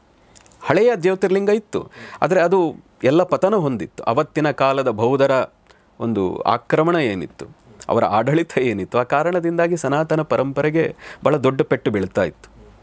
ಆ ಪೆಟ್ಟನ್ನು ತಪ್ಪಿಸಿ ಮತ್ತೆ ಆ 12 ಜ್ಯೋತಿರ್ಲಿಂಗಗಳನ್ನು, 51 ಶಕ್ತಿಪೀಠಗಳನ್ನು ಮರುಸ್ಥಾಪನೆ ಮಾಡಿ ಅದಕ್ಕೊಂದು ಮತ್ತೆ ಶಕ್ತಿಯನ್ನು ಕೊಟ್ಟು ಅದಕ್ಕೆ ಪೂಜಾ ವಿಧಾನಗಳನ್ನು ನೇಮಿಸಿದವರು ಶಂಕರಾಚಾರ್ಯರು. ಬಹಳ ಅದ್ಭುತವಾದ ಕಾರ್ಯ. ಅವ್ರ ಬಗ್ಗೆ ನಾವು ಅಷ್ಟು ಸುಲಭವಾಗಿ ಅರ್ಥ ಮಾಡ್ಕೊಳ್ಳೋದು ಬಹಳ ಕಷ್ಟ. ಯಾಕೆಂದರೆ ಇವತ್ತು ಕೂತು ನಾವು ಮಾತಾಡ್ಬೋದು ಈಗ ಎಸಿಲಿ ಕೂತು, ಆದರೆ 1200 ವರ್ಷಗಳ ಹಿಂದೆ ಅವತ್ತಿನ ಪರಿಸ್ಥಿತಿ, ಅವತ್ತಿನ ಆಕ್ರಮಣ, ಅವತ್ತಿನ ಜನರ ಮನಸ್ಥಿತಿ, ಇದೆಲ್ಲವನ್ನೂ ಮೀರಿ ಇಡೀ ದೇಶವನ್ನು 4 ಬಾರಿ ಸಂಚಾರ ಮಾಡಿ ಈ ದೇಶವನ್ನು ಸಂಘಟನೆ ಮಾಡಲಿಕ್ಕೆ, ಸನಾತನ ಪರಂಪರೆಯನ್ನು ಪುನರುದ್ಧಾರ ಮಾಡಲಿಕ್ಕೆ ಕೆಲಸ ಮಾಡಿದಂಥವರು ಶಂಕರಾಚಾರ್ಯರು. ಸೊ ನಾವು ಶಂಕರರ ಬಗ್ಗೆ ಇನ್ನೂ ಒಂದು ವಿಡಿಯೋ ಮಾಡಬೇಕಂತ ಅನಿಸುತ್ತೆ ನನಗೆ. ಯಾಕೆಂದರೆ ಶಂಕರರ ಬಗ್ಗೆ ನನ್ನ ಮನಸ್ಸಲ್ಲಿ ಸುಮಾರು ಪ್ರಶ್ನೆಗಳಿವೆ. ಶಂಕರರು ಎಷ್ಟು ಪೂಜನೀಯರೋ ಅಷ್ಟೇ ಅವ್ರ ಬಗ್ಗೆ ಪ್ರಶ್ನೆಗಳು ಕೂಡ ಇದೆ. ಸುಮಾರು ಜನ ಅವ್ರ ಬಗ್ಗೆ ಪ್ರಶ್ನೆಗಳು ಕೇಳ್ತಾರೆ. ಅವರ ತತ್ವಗಳ, ಅವರ ಸಿದ್ಧಾಂತಗಳ ಬಗ್ಗೆ ಚರ್ಚೆಗಳಾಗ್ತವೆ ಈಗಲೂ ಕೂಡ. ಒಟ್ಟಿನಲ್ಲಿ ಅವ್ರನ್ನ ನಾವು ಅಂದರೆ ನಾನು ಹೇಳ್ತಾರೆ, ಯಾಕೆ ಪ್ರಶ್ನೆಗಳಿವೆ, ಚರ್ಚೆಗಳಾಗ್ತವೆ ಅಂತಂದರೆ ಆ ಪ್ರಶ್ನೆ ಕೇಳಲಿಕ್ಕಾದರೂ ಅಷ್ಟು ಧೈರ್ಯ ಇದೆಯಲ್ಲ, ಅದಕ್ಕೆ ಕಾರಣವೂ ಶಂಕರರೇ. ಈಗ ನೀವು ಪ್ರಶ್ನೆ ಕೇಳಬಹುದು ಅನ್ನುವ ನಿಮಗೊಂದು ಪ್ರಶ್ನೆ ಮೂಡ್ತಾ ಇದೆಯಲ್ಲ, ಅದಕ್ಕೂ ಕಾರಣವೇ ಶಂಕರರು. ಓಕೆ. ಇವತ್ತಿನ ಎಪಿಸೋಡಲ್ಲಿ ನಾನು ಒಂದು ಪ್ರಶ್ನೆ ಕೇಳಬೇಕು ಅಂದ್ಕೊಂಡಿದ್ದು ಅಘೋರಿಗಳ ಬಗ್ಗೆ. ನಮ್ಮಂಥ ಜನಸಾಮಾನ್ಯರಿಗೆ ಅಘೋರಿಗಳು ಅಂದರೆ ನಮಗೆ ನಾಗಾ ಸಾಧುಗಳು ತಲೆಗೆ ಬರ್ತಾರೆ. ನಮಗೆ ವ್ಯತ್ಯಾಸ ಗೊತ್ತಿಲ್ಲ. ನಾಗಾ ಸಾಧು ಅಂತಂದರೆ ನಾವು ನಾಗಾ ಅಂದರೆ ನಾಗಾಲ್ಯಾಂಡಿಂದ ಬಂದವರು, ನಾಗಾರಾಧನೆ ಮಾಡೋರು ಅಂತ ಅಂದ್ಕೊಂಡಿದ್ವಿ. ನನಗೆ ಆಮೇಲೆ ಅದನ್ನು ಓದಿದಾಗ ಅದ್ರ ಬಗ್ಗೆ ತಿಳ್ಕೊಂಡಾಗ ಗೊತ್ತಾಯಿತು, ನಾಗಾ ಅಲ್ಲ, ಅದು ನಂಗಾ ಸಾಧು ಅಂಥೇಳಿ. ಅಂದರೆ ಬಟ್ಟೆ ಇಲ್ದಿರುವಂಥ ಸಾಧು ಬೇಸಿಕಲಿ ಅನ್ನೋದು ನನಗೆ ಗೊತ್ತಾಯಿತು. ನಂಗಾ ಸಾಧು ಅಥವಾ ನಾಗಾ ಸಾಧು ಬಗ್ಗೆ ಇರುವಂಥ ಕುತೂಹಲಕ್ಕೆ ಕಾರಣಗಳೇನೆಂದರೆ ಅವರಿರುವಂಥ ರೀತಿ, ಅವ್ರ ಬಟ್ಟೆ ಹಾಕದೇ ಇರೋದು, ಅವ್ರು ತುಂಬ ಕಡಿಮೆ ಬಟ್ಟೆ ಹಾಕ್ಕೊಳ್ಳೋದು, ಅಥವಾ ಅವ್ರ ಜೊತೆಗೆ ಅವ್ರ ಕೈ ಹಿಂಗೆ ಹಿಡ್ಕೊಂಡು ಲೈಫ್ ಲಾಂಗ್ ಹಿಂಗೆ ಇದ್ದು ಕೈ ಹಿಂಗೆ ಆಗಿರುವಂಥದ್ದು, ಈ ಥರದ್ದೆಲ್ಲ ನಾವು ಗಮನಿಸಿದ್ದೀವಿ. ಇದ್ರ ಜೊತೆಗೆ ಇನ್ನೂ ಒಂದಷ್ಟು ವಿಚಿತ್ರ ಅನ್ನಿಸುವಂಥ ನಮ್ಮ ಅಂಥ ಜನಸಾಮಾನ್ಯರಿಗೆ ಒಪ್ಪಿಕೊಳ್ಳಲಾಗದಂಥ ಒಂದಷ್ಟು ಆಚರಣೆಗಳ ಬಗ್ಗೆ ನಾವು ಕೇಳಿದ್ದೀವಿ. ಉದಾಹರಣೆಗೆ ಅವರು ಶವ ಸಂಭೋಗದಂಥದ್ದು, ಶವವನ್ನು ತಿನ್ನುವಂಥದ್ದು, ಮದ್ಯಪಾನ ಮಾಡುವಂಥದ್ದು, ಈ ಥರ ಆಚರಣೆಗಳು ಅವ್ರು ಮಾಡ್ತಾರೆ ಅಂತ ಹೇಳಿ ಕೇಳಿದ್ವಿ.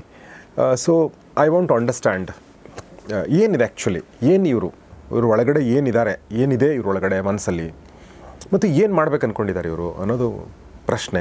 ನಮ್ಮ ಸಮಾಜದಲ್ಲಿ ಎಷ್ಟು ದಿನಗಳಿಂದ ಇವರಿದ್ದಾರೆ, ಆಧ್ಯಾತ್ಮಿಕ ಪರಂಪರೆಯಲ್ಲಿ ಇವ್ರ ಸ್ಥಾನ ಎಲ್ಲಿ, ಮತ್ತು ಇವರು ಯಾವಾಗಿಂದ ನಮ್ಮ ಈ ಪರಂಪರೆ ಜೊತೆ ಗೂಡಿದ್ರು ಅನ್ನೋದು ಪ್ರಶ್ನೆ. ನೋಡಿ, ಭಾರತದ ಪರಂಪರೆ, ಭಾರತದ ಬ್ಯೂಟಿ ಏನು ಅಂದರೆ ಹಲವಾರು ರೀತಿಯ ವೈರುಧ್ಯಗಳು. ಯಾವುದೋ ಒಂದು ಇಲ್ಲ, ಹೀಗೇ ಇರಬೇಕು, ಹೀಗೇ ಮಾಡಬೇಕು, ಹೀಗೇ ಬದುಕಬೇಕು ಅನ್ನುವಂಥ ನಿಯಮ ಇಲ್ಲ. ಹಾಗಾಗಿ ಒಬ್ಬರಿಂದ ಸೃಷ್ಟಿ ಆದದ್ದು ಅಲ್ಲ. ಧರ್ಮ ಅಂದರೆ ಏನು ಅಂದರೆ ಯಾವುದನ್ನು ಧಾರಣೆ ಮಾಡ್ತೀವೋ ಅದು ಧರ್ಮ. ಅದು ಕೇವಲ ಒಂದೇ ಇರುವಂಥದ್ದು, ಅದು ಸನಾತನ ಧರ್ಮ. ಧಾರಣಾ ಧರ್ಮ ಇತ್ಯಾಹು ಧರ್ಮೋ ಧಾರಯತಿ ಪ್ರಜಾ ಅಂತ. ಯಾವುದನ್ನು ನಾವು ಸಹಜವಾಗಿ ಧಾರಣೆ ಮಾಡಿ ಬದುಕ್ತಾ ಇದ್ದೀವೋ ಅದಕ್ಕೆ ಧರ್ಮ ಅಂತ. ಇನ್ನು ಉಳಿದದ್ದೆಲ್ಲ ಯಾರೋ ಒಬ್ಬ ವ್ಯಕ್ತಿ ಹೀಗೆ ನೀನು ಬದುಕಬೇಕು, ಹೀಗೆ ಮಾಡಬೇಕು, ಹೀಗೆ ಇರಬೇಕು, ಹೀಗೆ ನಂಬಲಿಲ್ಲ ಅಂದರೆ ನಿನಗೆ ಸಾವೇ ಗತಿ ಕೊನೆಯದು ಅಂತ ನಿರ್ಧಾರ ಮಾಡಿಬಿಟ್ಟಿದ್ದಾರೆ ಎಲ್ಲ ಸೆಮೆಟಿಕ್ ಮತಗಳು. ಆದರೆ ಭಾರತ ಮಾತ್ರ ಹೀಗೆ ಇರಬೇಕು ಅಂತ ಹೇಳಿಲ್ಲ. ನೀನು ಏನು ಸತ್ಯ ಕಂಡುಕೊಂಡೆ ಅದಕ್ಕೆ ತಕ್ಕಂತೆ ಇನ್ನೊಬ್ರಿಗೆ ತೊಂದರೆ ಕೊಡಬೇಡ, ಇನ್ನೊಬ್ಬರಿಗೆ ದ್ರೋಹ ಮಾಡಬೇಡ, ಇನ್ನೊಬ್ಬರಿಗೆ ಯಾವುದೇ ಥರದ ಅವರ ನಂಬಿಕೆಗಳನ್ನು ಆಘಾತ ಉಂಟು ಮಾಡಬೇಡ. ಆದರೆ ನಿನಗೆ ಯಾವುದು ಸರಿ, ಯಾವುದು ಸತ್ಯ ಅಂತಿದೆಯೋ ಆ ಮಾರ್ಗದಲ್ಲಿ ನೀನು ಸಾಗು ಅಂತ. ಹಾಗೆ ಸಾಗುವಂಥ ಪ್ರಕಾರಗಳಲ್ಲಿ ನೂರಾರಿದೆ. ಅದರಲ್ಲಿ ಒಂದು ಅಘೋರಿಗಳು. ಕಾಪಾಲಿಕರು ಬೇರೆ, ಅಘೋರಿಗಳು ಬೇರೆ, ನೀವು ಹೇಳಿದ ಹಾಗೆ ನಂಗ ಅಥವಾ ನಾಗಾ ಸಾಧುಗಳು ಬೇರೆ. ನಾಗಾ ಸಾಧುಗಳು ಯಾರು ಅಂದರೆ, ನಾವು ಹಿಂದಿನ ಸಂಚಿಕೆಯಲ್ಲಿ ಶಂಕರರ ಬಗ್ಗೆ ಮಾತಾಡ್ತಾ ಇದ್ವು. ಅದರಲ್ಲೂ ಒಂದಷ್ಟು ವೈರುಧ್ಯಗಳಿದೆ ಅವರಲ್ಲೂ ಕೂಡ. ಅದೇನೇ ಇರಲಿ, ಆದರೆ ಭಾರತದ ಸನಾತನ ಪರಂಪರೆಗೆ ಆಕ್ರಮಣಗಳಾದಾಗ ಅದನ್ನು ತಡೆಯೋರು ಯಾರು? ಇನ್ನೆಲ್ಲ ಉಳಿದವರೆಲ್ಲ ಅವರ ರಾಜಕೀಯವಾಗಿ ನೋಡ್ತಾ ಇದ್ದಾರೆ. ನನ್ನ ರಾಜಕೀಯ ರಾಜ್ಯವನ್ನು ನಾನು ಹೇಗೆ ಬಚಾವ್ ಮಾಡ್ಕೋಬೇಕು ಅಂತ ನೋಡ್ತಾ ಇದ್ದಾರೆ. ಆದರೆ ದೇವಸ್ಥಾನಗಳನ್ನು ರಕ್ಷಣೆ ಮಾಡೋರು ಯಾರು? ಈ ಪರಂಪರೆಯನ್ನು ರಕ್ಷಣೆ ಮಾಡೋರು ಯಾರು? ಹಾಗೆ ಯಾರು ಯಾವ ರೀತಿಯಲ್ಲಿ ಆಕ್ರಮಣ ಮಾಡ್ತಾರೋ ಅದೇ ರೀತಿಯಾಗಿ ಉತ್ತರವನ್ನು ಕೊಡಬೇಕು. ಹಾಗಾಗಿ ಕೇವಲ ಶಾಸ್ತ್ರದ ಅಭ್ಯಾಸ ಮಾಡಿ ಕೂತ್ರೆ ಆಗಲ್ಲ, ಶಸ್ತ್ರದ ಅಭ್ಯಾಸವೂ ಬೇಕು ಅಂತ ಶಂಕರರಿಗೆ ಮನವರಿಕೆ ಆದಾಗ ಶುರುವಾಗಿದ್ದ ಈ ನಾಗಾ ಸಾಧು ಪರಂಪರೆ. ಅದು ಒಂದು ರೀತಿಯಲ್ಲಿ ಹಿಂದೂ ಧರ್ಮದ ರಕ್ಷಣೆಯ ಆರ್ಮಿ ಇದ್ದ ಹಾಗೆ. ಧಾರ್ಮಿಕ ಆರ್ಮಿ. ಧಾರ್ಮಿಕ ಆರ್ಮಿ, ಕೇವಲ ಧಾರ್ಮಿಕ ಆರ್ಮಿ ಅಲ್ಲ. ನೀವು ಕೇಳಿದರೆ 1857ರ ಪ್ರಥಮ ಸ್ವತಂತ್ರ ಸಂಗ್ರಾಮದಲ್ಲೂ ನಾಗಾ ಸಾಧುಗಳದ್ದೇ ಕೊಡುಗೆ ಮೇಲುಗೈ. ಅದನ್ನು ತಿಳಿಸೋದ್ರಲ್ಲಿ ವಿಫಲರಾಗಿರ್ಬೋದು ಇತಿಹಾಸ ತಜ್ಞರು, ಕಂಪ್ಲೀಟ್ ವಿಫಲರಾಗಿದ್ದಾರೆ. ಅವರಷ್ಟು ಎಷ್ಟು ಲಕ್ಷ ಜನ ಸತ್ತರು, ಅವರು ಎಷ್ಟು ಲಕ್ಷ ಜನ ಅವರ ತ್ಯಾಗವನ್ನು ಮಾಡಿಕೊಂಡ್ರು, ಅದು ಯಾರಿಗೂ ಗೊತ್ತೇ ಇಲ್ಲ. ಹಳ್ಳಿಗೂ ಈ ಪ್ರಥಮ ಸ್ವತಂತ್ರ ಸಂಗ್ರಾಮವನ್ನು ಹಬ್ಬಿಸಿದವರೇ, ಅದನ್ನು ಮುಟ್ಟಿಸಿದವರೇ ನಾಗಾ ಸಾಧುಗಳು. ಅದನ್ನು ನಾವು ತಿಳಿಯಬೇಕು, ಕೇವಲ ಒಂದು ಭಾಗದಲ್ಲಿ ನೋಡಬಾರ್ದು ನಾವು. ಎರಡನೇದು, ನಂಗಾ ಸಾಧು ಅಂತ ನೀವೇನು ಹೇಳಿದ್ರಲ್ಲ, ಕೇವಲ ಒಂದು ಕುಂಭಮೇಳದ ಆ ಸಮಯದಲ್ಲಿ ಮಾತ್ರವೇ ಅವರು ನಗ್ನರಾಗ್ತಾರೆ. ಇನ್ನು ಉಳಿದ ಸಮಯದಲ್ಲಿ ಎಲ್ಲರಂತೆ ಒಂದು ಕಾವಿ ಬಟ್ಟೆ ಹಾಕ್ಕೊಂಡು ನಿಮ್ಮದೇ ಬೆಂಗಳೂರಿನಲ್ಲಿ ಓಡಾಡ್ತಾ ಇರ್ತಾರೆ, ಇಲ್ಲ ಹಂಪಿಯಲ್ಲಿ ಓಡಾಡ್ತಾ ಇರ್ತಾರೆ, ಇಲ್ಲ ಯಾವುದೋ ಧಾರ್ಮಿಕ ಕ್ಷೇತ್ರದಲ್ಲಿ ಅವರು ಓಡಾಡಿಕೊಂಡು ಅವ್ರ ಪಾಡಿಗೆ ಅವ್ರು ಇರ್ತಾರೆ. ಅಥವಾ ಏಕಾಂತ ಸಾಧನೆಯಲ್ಲಿ ಇನ್ನು ಉಳಿದ ಸಮಯವನ್ನು, ಹೆಚ್ಚಿನ ಸಮಯವನ್ನು ವಿನಿಯೋಗಿಸ್ತಾರೆ ಅವರು. ಹಾಗಾಗಿ ನಾಗಾ ಸಾಧುಗಳು ಅಂದ ತಕ್ಷಣ ಯಾವಾಗಲೂ ಭಸ್ಮವನ್ನು ಬಳಕೊಂಡು ಬಟ್ಟೆಯನ್ನೇ ಹಾಕದೆ ಇಡೀ ವರ್ಷ ಪೂರ್ತಿ ಅವರ ಜೀವನ ಪೂರ್ತಿ ಇರ್ತಾರೆ ಅಂತ ಅಂದ್ಕೊಂಡ್ರೆ ಅದು ಭ್ರಮೆ. ಅವರು ಕೇವಲ ಆ ರೀತಿಯ ನಗ್ನರಾಗೋದು ಕುಂಭಮೇಳದ ಸಮಯದಲ್ಲಿ ಮಾತ್ರ. ಇನ್ನು ಉಳಿದ ಸಮಯದಲ್ಲಿ ಎಲ್ಲರಂತೆ ಕಾವಿ ಬಟ್ಟೆ ಹಾಕ್ಕೊಂಡೆ ಅವರ ಆಶ್ರಮದಲ್ಲಿ, ಅವರ ಮಠದಲ್ಲಿ, ಅವರ ಅಖಾಡಗಳಲ್ಲಿ ವಾಸ ಮಾಡ್ಕೊಂಡಿರ್ತಾರೆ. ಆದರೆ ಇದರ ಪರಿವರ್ತನಕಾರರು ಯಾರು, ಅದನ್ನು ಸೃಷ್ಟಿಕರ್ತರು ಯಾರು ಅಂದರೆ ಆದಿ ಶಂಕರಾಚಾರ್ಯರು. ಸೊ ಅವಾಗಿನಿಂದ ಇದು ಬಂದಿದೆ, ಈ ಪರಂಪರೆ ಅಂದಿನಿಂದ ಬಂದಿದೆ. ಆದರೆ ಅವರಲ್ಲೂ ಹೇಳ್ತಾರೆ, ಇಲ್ಲ ಅವ್ರಿಗೆ ಮುಂಚೆನೂ ನಾವಿದ್ವು ಅಂತ ಕೆಲವರು ಹೇಳೋರಿದ್ದಾರೆ. ಹಾಗೆ ಹೇಳೋದಿದ್ರೆ ಅವರನ್ನು ಸಂಘಟನೆ ಮಾಡಿದವರು ಆದಿ ಶಂಕರಾಚಾರ್ಯರು ಅಂತ ಬಿಲ್ಕುಲ್ ಹೇಳ್ಬೋದು. ಓಕೆ. ಬಟ್ ನಮ್ಮ ಹಿಸ್ಟ್ರಿ ಪುಸ್ತಕಗಳಲ್ಲಿ ನಾವು ದಾಳಿಗಳ ಬಗ್ಗೆ ಕೇಳಿದ್ದೀವಿ. ಈಗ ಮೊಹಮ್ಮದ್ ಗೋರಿ, ಮೊಹಮ್ಮದ್ ಗಜ್ನಿ, ಸೋಮನಾಥ ದೇವಾಲಯ 11 ಬಾರಿ ದಾಳಿ ಆಯಿತು, 7 ಬಾರಿ ದಾಳಿ ಆಯಿತು ಅಂಥೇಳಿ ದೇವಸ್ಥಾನಗಳ ಮೇಲೆ. ಮತ್ತು ನಾವು ನಮ್ಮ ಭಾಳಷ್ಟು ದೇವಸ್ಥಾನಗಳು ಈಗಲೂ ಕೂಡ ನಿಮಗೆ ಧ್ವಂಸಗೊಂಡ ಸ್ಥಿತಿಯಲ್ಲಿವೆ. ಬಟ್ ಎಲ್ಲೂ ಕೂಡ ನನಗೆ ಈ ಒಂದು ಗೋರಿ ವಿರುದ್ಧ, ಗಜ್ನಿ ವಿರುದ್ಧ ನಾಗಾ ಸಾಧುಗಳು ಅಥವಾ ಅಘೋರಿಗಳು ಹೋರಾಟ ಮಾಡಿದ್ದು ನಾನೆಲ್ಲೂ ಕೇಳಿಲ್ಲ. ನಮ್ಗೆ ಗೊತ್ತಿಲ್ವಾ ಅಥವಾ ಅದು ಆಗಿಲ್ವಾ? ನನಗೆ ನೋಡಿ, ಇತಿಹಾಸವನ್ನು ಇವತ್ತು ಯಾವುದೋ ಒಂದು ಟೇಬಲ್ ಮೇಲೆ ಕೂತ್ಕೊಂಡು ಮಾತಾಡೋರ ಸಂಖ್ಯೆನೇ ಹೆಚ್ಚು. ಈಗ ನಾನೂ ಮಾತಾಡಲಿಕ್ಕೆ ಅಷ್ಟು ಅರ್ಹನಲ್ಲ ಇತಿಹಾಸದ ಬಗ್ಗೆ, ಆದರೆ ಕೇಳಿ ಗೊತ್ತಿರೋದ್ರಿಂದಾಗಿ ಇದನ್ನು ಹೇಳ್ಬೋದು. ಅಧ್ಯಯನ ಮಾಡಿದರೆ ಅದು ಸತ್ಯದ ಎಲ್ರಿಗೂ ಅರ್ಥ ಆಗ್ತದೆ. ಇತ್ತೀಚೆಗೆ ಏನಾಗ್ಬಿಟ್ಟಿದೆ, ಉತ್ತರ ದಕ್ಷಿಣದವರು ನಾವು ರಾಮನನ್ನೇ ಪೂಜೆ ಮಾಡ್ತಾ ಇರಲಿಲ್ಲ, ಕೃಷ್ಣನನ್ನೇ ಪೂಜೆ ಮಾಡ್ತಾ ಇರಲಿಲ್ಲ. ಯಾವುದೋ ಒಂದು ರೂಮ್ನಲ್ಲಿ ಕೂತ್ಕೊಂಡು ಕತೆ ಓದ್ಕೊಂಬಂದು ಕತೆ ಮಾಡೋದ್ರಿಂದ ಆಗೋದಿಲ್ಲ. ಇದಕ್ಕೆ ಆಳವಾಗಿ ಅಧ್ಯಯನ ಮಾಡಬೇಕು. ಇತ್ತೀಚೆಗೆ ಆಳವಾಗಿ ಅಧ್ಯಯನ ಮಾಡುವಂಥ ಸಾಕಷ್ಟು ಜನ ಬರ್ತಾ ಇದ್ದಾರೆ. ಹಾಗಾಗಿ ಪ್ರಥಮ ಸ್ವಾತಂತ್ರ್ಯ ಸಂಗ್ರಾಮದ ಬಗ್ಗೆನೂ ಹಲವಾರು ಪುಸ್ತಕಗಳು ಬಂದಿದೆ ಅಂತ ಕೇಳಲ್ಪಟ್ಟಿದ್ದೀನಿ. ನಾನು ಅಲ್ಲಲ್ಲಿ ಓದಿದ್ದೀನಿ. ನಾನು ಉತ್ತರದಲ್ಲಿ ಸಾಕಷ್ಟು ಕಡೆಗಳಲ್ಲಿ ಓಡಾಡಿದ್ದೀನಿ. ನಾಗಾ ಸಾಧುಗಳ ಜೊತೆಯಲ್ಲೇ ನಾನು ತಿಂಗಳಗಟ್ಟಲೆ ಬದುಕಿದ್ದೀನಿ. ಅವರ ಜೀವನ ಏನು ಅಂತ ಗೊತ್ತಿದೆ, ಅವರ ಹೋರಾಟ, ಅವರ ಪರಂಪರೆ ಅವರಿಗೆ ಅರ್ಥ ಗೊತ್ತಿದೆ ಚೆನ್ನಾಗಿ. ಹಾಗಾಗಿ ನೇರವಾಗಿ ಅವರಿಂದ ನಾನು ಸಾಕಷ್ಟು ವಿಷಯಗಳನ್ನು ಕೇಳಿದ್ದೀನಿ. ನನಗೆ ಗೊತ್ತಂಥ ಯೋಗ ವಿದ್ಯೆಯನ್ನು ಅವ್ರಿಗೂ ನಾನು ಕಲಿಸಿದ್ದೀನಿ. ಹಾಗಾಗಿ ನಮ್ಮಿಬ್ಬರ ನಡುವೆ ಕಾಶಿನಲ್ಲಿರ್ಬೋದು, ಹರಿದ್ವಾರದಲ್ಲಿರ್ಬೋದು ಒಂದು ಒಂದು ಒಂದು ಬಾಂಧವ್ಯ ಇತ್ತು. ಅದರಲ್ಲೂ ಕಡೇಶ್ವರಿ ಒಬ್ಬ ಗೋಪಾಲನಂದಗಿರಿಯವರು ಅವರು ನಮ್ಮ ಆಹ್ವಾನ ಕೊಟ್ಟಿದ್ದರು, ಬಂದು ನಮ್ಮ ಜೊತೆ ಇರಲಿ ಅಂತ. ಹಾಗಾಗಿ ಈ ರೀತಿಯಾಗಿ ನಮಗೆ ಹತ್ತಿರದಿಂದ ಗೊತ್ತಿರೋದ್ರಿಂದ ಹೇಳ್ತೀನಿ, ಎಷ್ಟೋ ದೇವಸ್ಥಾನಗಳ ಮಾತ್ರವೇ ಅಲ್ಲ, ಎಷ್ಟೋ ಮಹಿಳೆಯರ ಮಾನಹರಣ ಆಗಬೇಕಾದರೂ ತಮ್ಮ ರಕ್ತವನ್ನು ಸುರಿಸಿ ಅವರ ರಕ್ಷಣೆಗೆ ನಿಂತವರು ನಾಗಸಾಧುಗಳು.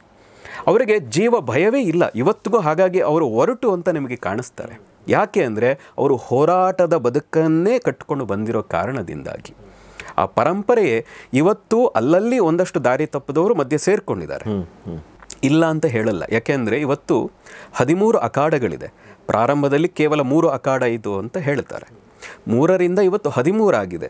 ಅಂದರೆ ಯಾವುದೇ ಒಂದು ಪ್ರಕ್ರಿಯೆ ದೀರ್ಘವಾಗ್ತಾ ಹೋದಾಗ ಅಲ್ಲಲ್ಲಿ ಒಂದಷ್ಟು ವ್ಯತ್ಯಾಸಗಳಾಗಬಹುದು, ಯಾವುದೇ ಪರಂಪರೆ ಆಗಲಿ. ಹಾಗೆ ದೀರ್ಘವಾದಾಗ ಒಂದಷ್ಟು ಡೈಲ್ಯೂಟ್ ಆಗಬಹುದು, ಆದರೆ ಪೂರ್ಣವಾಗಿ ಆಗಿದೆಯಾ ಅಂದರೆ ಇಲ್ಲ. ಅಖಾಡಗಳಂದ್ರೆ ಬೇಸಿಕಲಿ ಮಠಗಳು ಇವ್ರದ್ದು. ನಾವು ಹೇಗೆ ದಕ್ಷಿಣದಲ್ಲಿ ನಾವು ಮಠಗಳು ಅಂತ ಕರಿತೀವಿ, ಉತ್ತರದಲ್ಲಿ ಅದನ್ನು ಅಖಾಡಗಳು ಅಂತ ಕರೀತಾರೆ. ಅತ್ಯಂತ ಮುಖ್ಯವಾದ ಅಖಾಡ ಯಾವುದು ಅಂದರೆ ನಿರ್ಮೋಹಿ ಅಖಾಡ ಮತ್ತು ಜೂನಾ ಅಖಾಡ ಅತ್ಯಂತ ಪ್ರಮುಖವಾದ ಅಖಾಡಗಳು. ಇಬ್ಬರು ಅಖಾಡದ ಅವರ ಮಹಾಮಂಡಲೇಶ್ವರ ಅಂತ ಕರೀತಾರೆ ಅಖಾಡದ ಮುಖ್ಯಸ್ಥರನ್ನು. ಅಲ್ಲಿಂದಾಗಿ ಮಹಾಮಂಡಲೇಶ್ವರ, ಆಚಾರ್ಯ ಮಹಾಮಂಡಲೇಶ್ವರ ಅದರ ಮುಖ್ಯಸ್ಥರನ್ನು, ಅದಾದಮೇಲೆ ಮಹಾಮಂಡಲೇಶ್ವರ, ಮಂಡಲೇಶ್ವರ, ಆಚಾರ್ಯ, ಮಹಾಂತರ, ಅದಾದಮೇಲೆ ನಾಗಸಾಧು, ಹೀಗೆ ಬರುವಂಥದ್ದು. ಸೊ ಈಗ ಮತ್ತೊಂದು ಸಲ ನಾನು ನಾಗ ಸಾಧುಗಳ ಬಗ್ಗೆ ಅಥವಾ ಅಘೋರಿಗಳ ಬಗ್ಗೆ ಪ್ರಶ್ನೆ ಬರೋದೇನೆಂದರೆ, ಅವರ ಒಂದು ಆಚರಣೆಗಳಿದೆ ಅಲ್ವಾ, ನಾನು ಮುಂಚೆ ಪ್ರಶ್ನೆಗಳಲ್ಲಿ ಹೇಳಿದೆ, ಅವರ ಆ ಥರದ್ದು ವಿಕ್ಷಿಪ್ತವಾದ ಆಚರಣೆಗಳನ್ನ ಯಾಕೆ ಮಾಡ್ತಾರೆ ಅನ್ನೋದೊಂದು ಪ್ರಶ್ನೆ. ಎರಡನೇದು ಉದ್ದೇಶ ಏನು ಅವ್ರದ್ದು, ಫೈನಲಿ ಏನು? ನೋಡಿ, ಸನಾತನ ಪರಂಪರೆಯ ಮೂಲ ಉದ್ದೇಶ, ಪ್ರತಿಯೊಬ್ಬರ ಉದ್ದೇಶ, ಅದು ಯಾವುದೇ ಮಾರ್ಗ ಆಗಿರಲಿ, ಅಲ್ಟಿಮೇಟ್ ಉದ್ದೇಶ ಏನು ಅಂದರೆ ಮೋಕ್ಷ. ಹಾಗೆ ಪಡೀಲಿಕ್ಕೆ ಹಲವಾರು ಮಾರ್ಗಗಳಿದೆ, ಅದರಲ್ಲಿ ನಾಗಾ ಸಾಧುಗಳದು ಒಂದು. ಆದರೆ ನೀವು ನಾಗಾ ಸಾಧುಗಳ ಜೊತೆ ಅಘೋರಿಗಳನ್ನು ಸೇರಿಸೋ ಹಾಗಿಲ್ವಾ? ಅಘೋರಿಗಳೇ ಬೇರೆ, ನಾಗಾ ಸಾಧುಗಳೇ ಬೇರೆ. ನಾಗಾ ಸಾಧುಗಳು ಲಕ್ಷಗಳಲ್ಲಿ ಸಿಗ್ತಾರೆ. ಉದಾಹರಣೆಗೆ ಜೂನಾ ಅಖಾಡ ಆಲ್ಮೋಸ್ಟ್ ಒಂದು 7-8 ಲಕ್ಷ ಇದ್ದಾರೆ ಅಂತ ಹೇಳ್ತಾರೆ. ಜೂನಾ ಅಖಾಡದ ಆ ಪರಂಪರೆಯ ಸನ್ಯಾಸಿಗಳೇ 7-8 ಲಕ್ಷ ಜನ ಇದ್ದಾರೆ ನಾಗಸಾಧುಗಳು. ಮಹಂತರು, ನಾಗಸಾಧುಗಳು ಎಲ್ಲರೂ ಸೇರಿ ಸನ್ಯಾಸಿಗಳು. ಅದರಲ್ಲಿ ತುಂಬ ಪರಂಪರೆ ಇದೆ. ಬರೀ ನಾಗಸಾಧು ಮಾತ್ರ ಅಲ್ಲ, ಅಖಾಡ ಅಂದ ತಕ್ಷಣ ಅದರಲ್ಲಿ ತುಂಬ ರೀತಿಯ ವಿಧಗಳಿದೆ. ಅದರಲ್ಲೂ ಕೂಡ ಅದೇ ರೀತಿ ನಿರ್ಮೋಹಿ ಅಖಾಡದಲ್ಲೂ ಒಂದು 5-6 ಲಕ್ಷ ಜನ ಇದ್ದಾರೆ. ಇನ್ನು ಉಳಿದ ಅಖಾಡಗಳು 1 ಲಕ್ಷ, 2 ಲಕ್ಷ, 50,000 ಹೀಗಿದ್ದಾರೆ. ಎಲ್ಲ ಸೇರಿದ್ರೆ ನನ್ನ ಪ್ರಕಾರ ಒಂದು 20-25 ಲಕ್ಷ ಸಾಧುಗಳು ಸಂತರು ಸಿಗ್ತಾರೆ ಕೇವಲ ನಾಗ ಅಖಾಡಗಳಿಂದನೇ.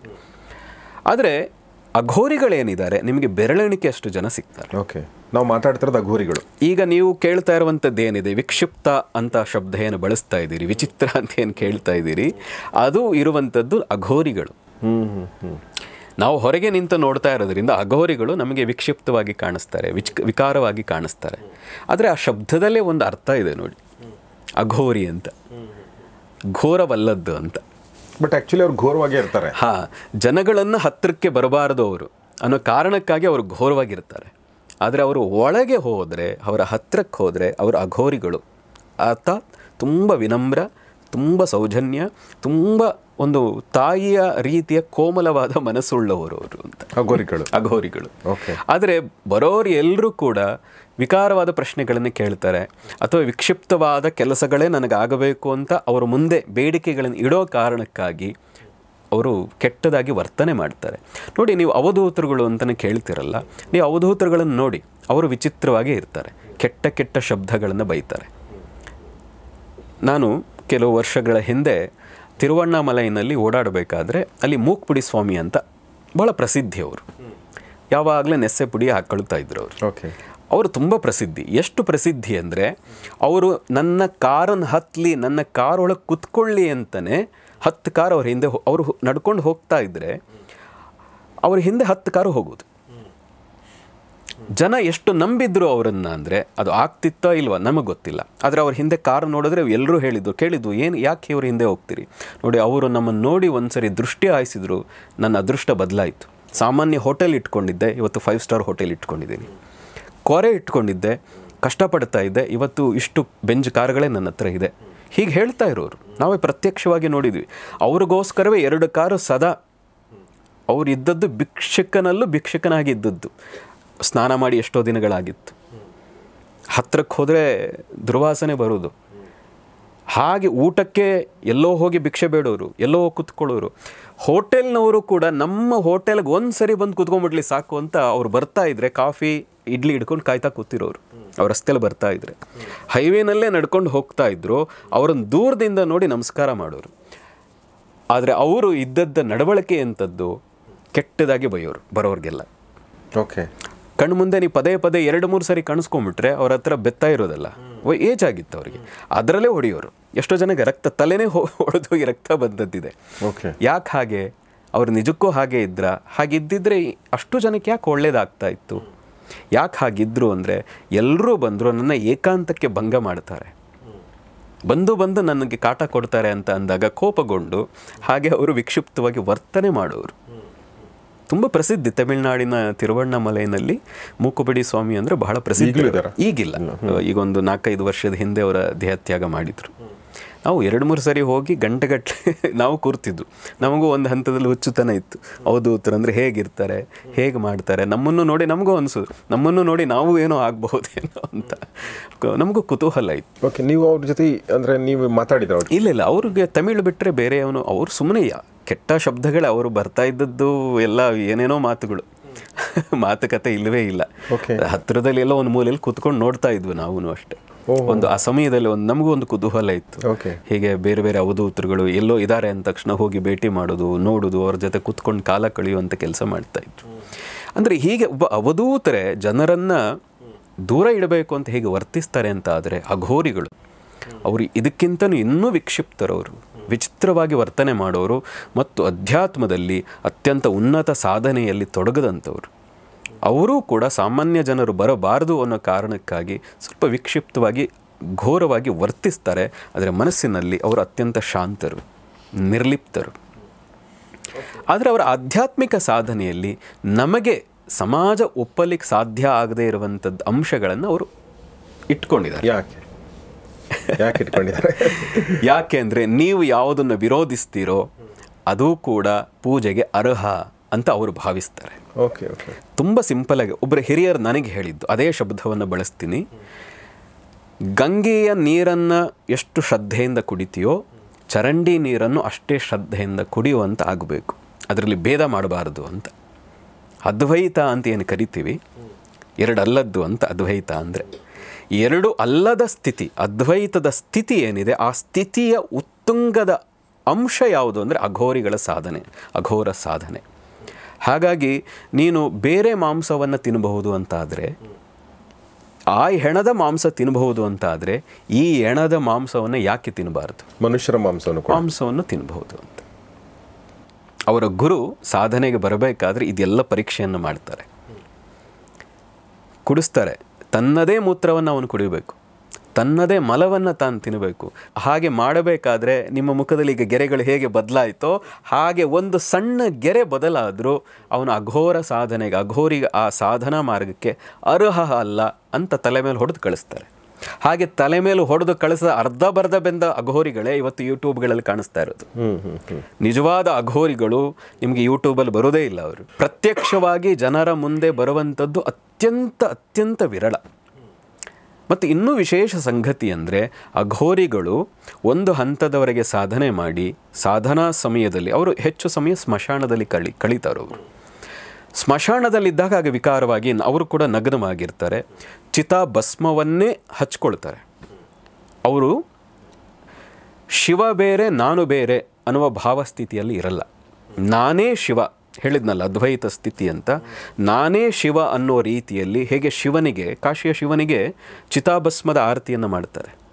ಮಣಿಕರ್ಣಿಕಾ ಘಾಟ್ನಲ್ಲಿ ಬೆಳಗ್ಗೆ ಬ್ರಾಹ್ಮಿ ಮುಹೂರ್ತದಲ್ಲಿ ಆ ಚಿತಾಭಸ್ಮವನ್ನು ಯಾವುದು ಇದೆ ಅದು ತಗೊಂಡು ಹೋಗಿ ಶುದ್ಧೀಕರಿಸಿ ಅದರ ಆರತಿ ಮಾಡ್ತಾರೆ. ಹಾಗೆ ಮಹಾಕಾಳಗೂ ಕೂಡ ಚಿತಾಭಸ್ಮದ ಆರತಿಯನ್ನು ಮಾಡ್ತಾರೆ ಅಂತ ಒಂದು ಮಾತು. ಮಹಾಕಾಲ, ಉಜ್ಜಯಿನಿಯ ಮಹಾಕಾಲ. ಹಾಗೆ ಅಂದರೆ ಶಿವನಿಗೆ ಚಿತಾಭಸ್ಮ ಬೇರೆ ಅಲ್ಲ, ನೀವು ಆ ಸುಟ್ಟಂತಹ ಬೆರಣಿಯನ್ನು, ಸಗಣಿಯನ್ನು ಸುಟ್ಟಂಥ ಭಸ್ಮ ಬೇರೆ ಅಲ್ಲ, ಅವನಿಗೆ ಒಂದೇ. ಆ ರೀತಿಯಾಗಿಯೇ ಅಘೋರಿಗಳು ತಾನೇ ಶಿವ ಅಂತ ಭಾವಿಸಿ ಸ್ಮಶಾನದಲ್ಲಿ ಸಾಧನೆ ಮಾಡ್ತಾರೆ. ಅಲ್ಲಿರುವಂಥ ಚಿತಾಭಸ್ಮವನ್ನೇ ಹಚ್ಕೊಂಡು ತಾವೇ ಶಿವ ಅನ್ನುವ ರೀತಿಯಲ್ಲಿ ಸಾಧನೆಯನ್ನು ಮಾಡ್ತಾರೆ. ಅದರಲ್ಲಿ ವಿಶೇಷವಾಗಿ ಅವರು ಪಂಚಮಕಾರಗಳನ್ನು ಬಳಸ್ತಾರೆ ಅವರ ಸಾಧನೆಯಲ್ಲಿ. ಮಧ್ಯ, ಮಾಂಸ, ಮೈಥುನ, ಮತ್ಸ್ಯ, ಮುದ್ರ, ಈ 5 ಮಕಾರಗಳನ್ನು, ಪಂಚಮಕಾರಗಳನ್ನು ಬಳಸಿ ಸಾಧನೆಯನ್ನು ಮಾಡ್ತಾರೆ. ಹಾಗೆ ನೀವು ಹೇಳೋ ಹಾಗೆ ಮಧ್ಯ ಇರ್ಬೋದು, ಕುಡಿತಾರೆ. ಮೈಥುನ, ಸೆಕ್ಸ್ನಲ್ಲಿ ಪಾಲ್ಗೊಳ್ತಾರೆ. ಆದರೆ ನೀವು ಹೇಳೋ ಹಾಗೆ ಶವ ಸಂಭೋಗ ಮಾಡಲ್ಲ. ನನಗೆ ಅರಿವಿರೋ ಹಾಗೆ, ನನ್ನ ಜ್ಞಾನದ ಸೀಮಿತದಲ್ಲಿ ನನಗೆ ಗೊತ್ತಿರೋ ಹಾಗೆ ಹಠಯೋಗದಲ್ಲಿ ಅದೊಂದು ಪದ್ಧತಿ ಇದೆ. ನಾನು ಅದನ್ನು ಪೂರ್ಣ ವಿವರ ಇಲ್ಲಿ ಹೇಳೋದು ಸ್ವಲ್ಪ ಕಷ್ಟ. ಆದರೆ ವಜ್ರೋಲಿ ಅಂತೆಲ್ಲ ಒಂದು ಬರುತ್ತದೆ ಸಾಧನಾ ಮಾರ್ಗ. ಆ ಮೂಲಕ ಹಾಗೆ ಸೇರಿದಾಗ ಮೈಥುನದ ಸಮಯದಲ್ಲಿ ಒಂದು ವಿಧಾನವನ್ನು ಬಳಸ್ತಾರೆ. ಆ ಮೂಲಕ ದೀರ್ಘಾಯುಷ್ಯವನ್ನು ಪಡಿಬಹುದು, ದೀರ್ಘ ಯೌವನವನ್ನು ಪಡಿಬಹುದು, ಸಮಾಧಿ ಸ್ಥಿತಿಯನ್ನು ಮುಟ್ಟಬಹುದು ಅನ್ನುವಂಥ ಒಂದು ಕಲ್ಪನೆ ಇದೆ. ಹಠಯೋಗದಲ್ಲೂ ಕೂಡ ಇದೆ. ನೀವು ಯೋಗ ಮಾರ್ಗದಲ್ಲೂ ಮೈಥುನ ಇದೆ. ನೀವು ಕಾಮವನ್ನು ಎಷ್ಟು ತಿರಸ್ಕಾರದಿಂದ ನೋಡ್ತೀರಿ, ಪತಂಜಲಿ ಹೇಳ್ತಾರೆ. ಹಠಯೋಗದಲ್ಲಿ ಆ ಪದ್ಧತಿಗಳಿದೆ. ಅದಕ್ಕಿಂತ ಹೆಚ್ಚಾಗಿ ನಿಮ್ಮ ದೇವಸ್ಥಾನದ ಸುತ್ತ ಅದಿದೆ. ಹೌದು. ನೀವು ಅದನ್ನೆಲ್ಲ ಮೀರೋದು ಅಂದರೆ ವಿರೋಧಿಸೋದಲ್ಲ. ಅದೆಲ್ಲವನ್ನು ನೋಡಿ ಪೂರ್ಣವಾಗಿ ನಿಮ್ಮ ಮನಸ್ಸು ಅದರಿಂದ ವಿಮುಖವಾಗಿಬಿಡಬೇಕು, ಬೇಡ ಅನ್ನುವ ಸ್ಥಿತಿ ಬರಬೇಕು. ಹಾಗಾಗಿ ನಮ್ಮ ಪರಂಪರೆಯಲ್ಲಿ ಅದನ್ನು ಒಂದು ಶಾಸ್ತ್ರವಾಗಿ ನೋಡಿದ್ದಾರೆ, ಒಂದು ವಿಜ್ಞಾನವಾಗಿ ನೋಡಿದ್ದಾರೆ ಕಾಮವನ್ನು. ಇವ್ರು ಯಾಕೆ ಅದನ್ನು ತಗೋತಾರೆ? ನಾ ಹೇಳಿದ್ನಲ್ಲ, ಅದೊಂದು ಸಾಧನಾ ವಿಧಾನ. ವಜ್ರೋಲಿ ಅಂತ ಇದೆ, ಮಹಾಜೋಲಿ ಅಂತ ಇದೆ. ಆ ಸಾಧನಾ ವಿಧಾನದಲ್ಲಿ ಸಿಂಪಲಾಗಿ ಹೇಳೋದಿದ್ದರೆ, ಇಬ್ಬರೂ ಸೇರಿದಾಗ ಉತ್ಪತ್ತಿಯಾಗುವ ಆ ವೀರ್ಯವನ್ನು ವಾಪಸ್ ತಗೊಂಡು ನೆತ್ತಿಗೆ ಹೇರಿಸಿ ಸಮಾಧಿ ಸ್ಥಿತಿಯನ್ನು ಅನುಭವಿಸುವಂಥದ್ದು ಅಂತಿದೆ. ಅದು ಟಿಬೆಟ್ನಲ್ಲೂ ಇದೆ, ಟಿಬೆಟ್ಟಿನ ತಂತ್ರ ಮಾರ್ಗದಲ್ಲೂ ಇದೆ. ನೀವು ಭೈರಪ್ಪನವರ ಸಾರ್ಥ ಏನಾದರೂ ಓದಿದರೆ ಅದರಲ್ಲಿ ಒಂದು ಸೂಕ್ಷ್ಮವಾಗಿ ಅದರ ಗಮನವನ್ನು ಸೆಳೀತಾರೆ ಅವರು. ಅವರಿಬ್ಬರೂ ಸೇರಿದಾಗ ಆ ಸಮಾಧಿಯ ಉತ್ತುಂಗದ ಸ್ಥಿತಿಯಲ್ಲಿ ಇರ್ತಾರೆ. ನೋಡಿ, ಕುಂಡಲಿನಿ ಜಾಗೃತಿ ಅಂದರೆ ಅಲ್ಟಿಮೇಟ್ ಏನು ಅಂದರೆ ಶಿವಶಕ್ತಿಯರ ಸಮ್ಮಿಲನ. ಶಿವನ ಜೊತೆ ಶಕ್ತಿ ಹೋಗಿ ಸೇರ್ತಾಳೆ. ಅವರಿವರ ಸಮ್ಮಿಲನದಲ್ಲಿ ಉಂಟಾಗುವಂಥದ್ದೇ ಪರಮಾನಂದದ ಸ್ಥಿತಿ ಅಂತ. ಅದನ್ನು ಇವರು ಫಿಸಿಕಲಿ ಉಂಟು ಮಾಡಿಕೊಳ್ತಾರೆ. ಉಂಟು ಮಾಡಿಕೊಂಡು ನಾನೇ ಶಿವ, ಆಕೆನೇ ಸತಿ, ಇಬ್ಬರೂ ಸೇರಿದಾಗ ಆ ಪರಮಾನಂದದ ಸ್ಥಿತಿ ಏನಿದೆ ಆ ಸ್ಥಿತಿಯನ್ನು ಹೊಂದುತ್ತಾರೆ. ಇದು ಚಟವಲ್ಲ, ಅದು ಗುರುವಿನ ಮೂಲಕ, ಗುರುವಿನ ಮಾರ್ಗದರ್ಶನದಲ್ಲಿ ಅನುಭವಿಸುವಂತಹ, ಸಾಧಿಸುವಂತಹ ಒಂದು ಮಾರ್ಗ. ಇವು ನಮಗೂ ಅದರ ಅನುಭವ ಇಲ್ಲದ ಹೊರತು ಇದನ್ನು ಕೇಳಿ ಅವರ ಸಮೀಪದಲ್ಲಿ ಇದ್ದು ಕೇಳಿದ ಮೂಲಕ ಗೊತ್ತಿರೋ ಕಾರಣಾಗಿ ಒಂದಷ್ಟು ಇಷ್ಟು ಹೇಳಬಹುದು. ಅದಕ್ಕೂ ಮಿಗಿಲಾಗಿ ನಾವೇನೇ ಹೇಳಿದ್ರು ಅದರಲ್ಲಿ ಪೂರ್ಣ ಅಲ್ಲ ಅದು. ಇದ್ರ ಜೊತೆಗೆ ಇನ್ನೂ 2 ಹೇಳಿದ್ರಿ, ಒಂದು ಮುದ್ರಾ, ಇನ್ನೊಂದು ಮತ್ಸ್ಯ. ಮೀನು ತಿನ್ಬಹುದು. ಮೀನನ್ನು ತಿಂತಾರೆ, ಮಾಂಸವನ್ನು ತಿಂತಾರೆ, ಮದ್ಯವನ್ನು ಕುಡಿತಾರೆ, ಮೈಥುನದಲ್ಲಿ ಭಾಗವಹಿಸ್ತಾರೆ. ಅಂದರೆ ಇದೆಲ್ಲವೂ ಕೂಡ ಬೇಕು ಅಂತ ಇಲ್ಲ ಅವರಿಗೆ. ಇದು ಮೊದಲು ತಿಳಿಬೇಕು ನಾವು. ಇದೆಲ್ಲವೂ ಪ್ರತಿದಿನ ಬೇಕು ಅಲ್ಲ, ಸಾಧನೆಗೆ ಮಾತ್ರವೇ ಬಳಸ್ತಾರೆ. ನೋಡಿ, ಶ್ರೀವಿದ್ಯಾ ಸಾಧನ ಅಂತ ಮುದ್ರಾ ಅಂತ ಒಂದು ಬಂತಲ್ಲ, ಅದೊಂದು ಹೇಳ್ಬಿಡಿ ದಯವಿಟ್ಟು. ಮುದ್ರಾ ಅಂದರೆ ನೋಡಿ, ನಾವು ಕೈ ಬೆರಳುಗಳನ್ನು ಏನು ಬಳಸಿ ಕೆಲವು ಮುದ್ರೆಗಳನ್ನು ಮಾಡ್ತೀವಿ, ಮನಸ್ಸನ್ನು ಬಳಸಿ ಕೆಲವು ಮುದ್ರೆಗಳನ್ನು ಮಾಡ್ತೀವಿ, ದೇಹದ ಕೆಲವು ಭಾಗಗಳನ್ನು ಬಳಸಿ ಕೆಲವು ಮುದ್ರೆಗಳನ್ನು ಮಾಡ್ತೀವಿ. ದೇವತಾ ಶಕ್ತಿಯನ್ನು ಆಕರ್ಷಿಸುವ ಶಕ್ತಿ ಆ ಮುದ್ರೆಗಿದೆ. ಹಾಗೆ 700 ಚಿಲ್ಲರೆ ಮುದ್ರೆಗಳಿದೆ. ಅದರಲ್ಲೂ ಅಘೋರಿಗಳು ಇನ್ನೂ ಅಡ್ವಾನ್ಸ್ಡ್ ಆದಂತಹ, ನಮಗೂ ಅರಿವು ಕಡಿಮೆ ಇರುವಂತಹ, ಅತ್ಯಂತ ಲುಪ್ತವಾಗಿರುವ, ಗುಪ್ತವಾಗಿರುವ ಮುದ್ರೆಗಳನ್ನು ಅವರು ಸಾಧನೆ ಮಾಡಿಕೊಂಡಿದ್ದಾರೆ. ಆ ಮೂಲಕವಾಗಿ ಬೇರೆ ಬೇರೆ ರೀತಿಯ ಸಾಧನೆಯನ್ನು ಅವರು ತೊಡಗ್ತಾರೆ. ಅಂದರೆ ಪರಕಾಯ ಪ್ರವೇಶ ಇರಬಹುದು, ಶಕ್ತಿಗಳನ್ನು ಆವಾಹನೆ ಮಾಡೋದಿರ್ಬೋದು, ಆತ್ಮಗಳನ್ನು ಆವಾಹನೆ ಮಾಡೋದಿರ್ಬೋದು, ಆವಾಹನೆ ಮಾಡಿ ಒಂದು ಜಾಗದಲ್ಲಿ ನಿಲ್ಲಿಸಿ ತಮಗೇನು ಬೇಕೋ ಅದನ್ನು ಸಾಧನೆ ಮಾಡಿಕೊಳ್ಳೋದಿರ್ಬೋದು. ಈ ರೀತಿಯ ಬೇರೆ ಬೇರೆಯ ಪ್ರಕ್ರಿಯೆಗಳಲ್ಲಿ ತೊಡಗಿದಾಗ ಮುದ್ರೆಯ ಸಹಾಯವನ್ನು ಪಡೀತಾರೆ. ಅದು ಕೇವಲ ಅಘೋರಿಗಳು ಮಾತ್ರವಲ್ಲ, ನೀವು ವೈದಿಕ ಪರಂಪರೆಯಲ್ಲೂ ಕೂಡ ಅಥವಾ ಧಾರ್ಮಿಕ ಹೋಮ ಹವನಗಳಲ್ಲೂ ಕೂಡ ದೇವತೆಗಳನ್ನು ಆವಾಹನೆ ಮಾಡಬೇಕಾದ್ರೆ, ನೈವೇದ್ಯವನ್ನು ಅರ್ಪಿಸಬೇಕಾದ್ರೆ ಮುದ್ರೆಗಳನ್ನು ಬಳಸ್ತೀವಿ. ಓಕೆ, ಮುದ್ರೆ ಅತ್ಯಂತ ಪವರ್ಫುಲ್ ಆದಂತಹ ಮಾರ್ಗ. ಟಿಬೆಟ್ನಲ್ಲಂತೂ ಮುದ್ರೆಗಳ ಮೂಲಕವೇ ದೇಹದ ಚೈತನ್ಯವನ್ನು, ಎಷ್ಟೋ ಕಾಯಿಲೆಗಳನ್ನು ಗುಣ ಮಾಡಲಿಕ್ಕೆ ಬೇರೆಯವರ ಮನಸ್ಸನ್ನು ಬದಲಾಯಿಸಬಹುದು ಅನ್ನೋ ರೀತಿಯಾಗೂ ಕೂಡ ಅವರು ಆಳವಾಗಿ ಅಧ್ಯಯನ ಮಾಡಿದ್ದಾರೆ. ಆ ರೀತಿಯ ಇನ್ನೂ ಅತ್ಯಂತ ಗುಪ್ತವಾದಂತಹ ಪವರ್ಫುಲ್ ಆದಂತಹ ಮುದ್ರೆಯನ್ನು ಅಘೋರಿಗಳು ತಮ್ಮ ಸಾಧನೆಯಲ್ಲಿ ಬಳಸ್ತಾರೆ. ಓಕೆ, ಈಗ ಫಾರ್ ಎಕ್ಸಾಂಪಲ್ ಇದು ಒಂದು ಮುದ್ರೆ ಅಲ್ವಾ? ಮುದ್ರೆಗಳು, ಇದು ಕೂಡ ಒಂದು ಮುದ್ರೆ, ಜ್ಞಾನ ಮುದ್ರಾ ಅಂತ ಕರಿತೀವಿ. ಇದನ್ನ ಹೃದಯ ಮುದ್ರಾ ಅಂತ ಕರಿತೀವಿ. ಹಾರ್ಟ್ ಅಟ್ಯಾಕ್ ಅನ್ನು ತಡೆಯಬಹುದು. ನೀವು ಬೇಕಾದ್ರೆ ಹೀಗೆ ಮಾತಾಡ್ತಾನೆ ಒಂದು ಹೇಳೋದಿದ್ರೆ, ನಿಮ್ಮ ಇಂಡೆಕ್ಸ್ ಫಿಂಗರನ್ನು ರೂಟ್ಗೆ ಟಚ್ ಮಾಡಿ, ಹೆಬ್ಬೆರಳಿನ ತುದಿಗೆ ಮಧ್ಯದ ಬೆರಳು ಮತ್ತು ಉಂಗುರದ ಬೆರಳು, ಸ್ಮಾಲ್ ಬೆರಳು ಹಾಗೆ ನೇರ ಇರಲಿ, ರಿಂಗ್ ಅಂಡ್ ಮಿಡಲ್ ಫಿಂಗರ್ ಟಿಪ್ಸ್ಗೆ ಟಚ್ ಆಗಬೇಕು. ಹೀಗೆ ಹಾಂ ನೋಡಿ, ಮುದ್ರೆ ಮಾಡೋದು ಒಂದು ಕಲೆ. ಇಲ್ಲೆಲ್ಲೋ ಮಾಡ್ತೀವಿ ಸಾಮಾನ್ಯ, ಉಗುರು ಟಚ್ ಆಗ್ತದೆ, ಇಲ್ಲ ಸೈಡ್ಗೆ ಹೋಗಿಬಿಡ್ತದೆ, ಈ ಉಬ್ಬಿದ ಭಾಗ ಬರ್ತದೆ. ಹೀಗೆ ಮಾಡಿದ್ರೆ ಅದೊಂದು ಸೆನ್ಸ್ ಆಗ್ತದೆ, ಸ್ಪೆಷಲ್ ಒಂದು ಜಾಗದಲ್ಲಿ ಒಂದು ಸೆನ್ಸ್ ಆಗ್ತದೆ. ಆ ಜಾಗಕ್ಕೆ ಸರಿಯಾಗಿ ಬರೋ ಹಾಗೆ ಹೀಗೆ ಹಿಡ್ಕೊಂಡ್ರೆ, ಉದಾಹರಣೆಗೆ ಈ ಹೃದಯ ಮುದ್ರಾ ಅಥವಾ ಅಪಾನ ವಾಯು ಮುದ್ರಾ ಅಂತಲೂ ಕರಿತೀವಿ ನೋಡಿ. ಹೃದಯಾಘಾತ ಆಗುವ ಸಂಭವ ಕಡಿಮೆ ಮಾಡ್ತದೆ. ಹೃದಯಾಘಾತ ಆದಾಗ ನಾವು ಆಸ್ಪತ್ರೆಗೆ ತಲುಪಿಸಬೇಕು, ಅಲ್ಲಿವರೆಗೆ ಅವರು ಬದುಕಬೇಕಲ್ಲ. ಇದನ್ನೇನಾದರೂ ಮಾಡಿ ಆಸ್ಪತ್ರೆವರೆಗೂ ಅವರು ಹೀಗೆ ಹಿಡ್ಕೊಳ್ಳೋಕೆ ಸಾಧ್ಯವಾದರೆ ಸಾವಿನ ಪ್ರಮಾಣವನ್ನು ತಗ್ಗಿಸಬಹುದು, ಸಾಧ್ಯವಾದಷ್ಟು ಅವಾಯ್ಡ್ ಮಾಡಬಹುದು ಅಂತ. ಇದರಿಂದ ಸೈಡ್ ಎಫೆಕ್ಟ್ ಅಂತೂ ಇಲ್ಲ. ಹೃದಯ ಆಘಾತ ಆಗ್ತದೋ ಅಥವಾ ಅದರಿಂದ ಏನಾಗ್ತದೋ ಅದು ಸೆಕೆಂಡರಿ ಆದರೂ ಹೃದಯದ ಕ್ಷಮತೆ ಹೆಚ್ಚಾಗ್ತದೆ, ಹೃದಯಾಘಾತ ತಡೆಯುವಲ್ಲಿ ಇದು ಸಹಾಯ ಆಗ್ತದೆ.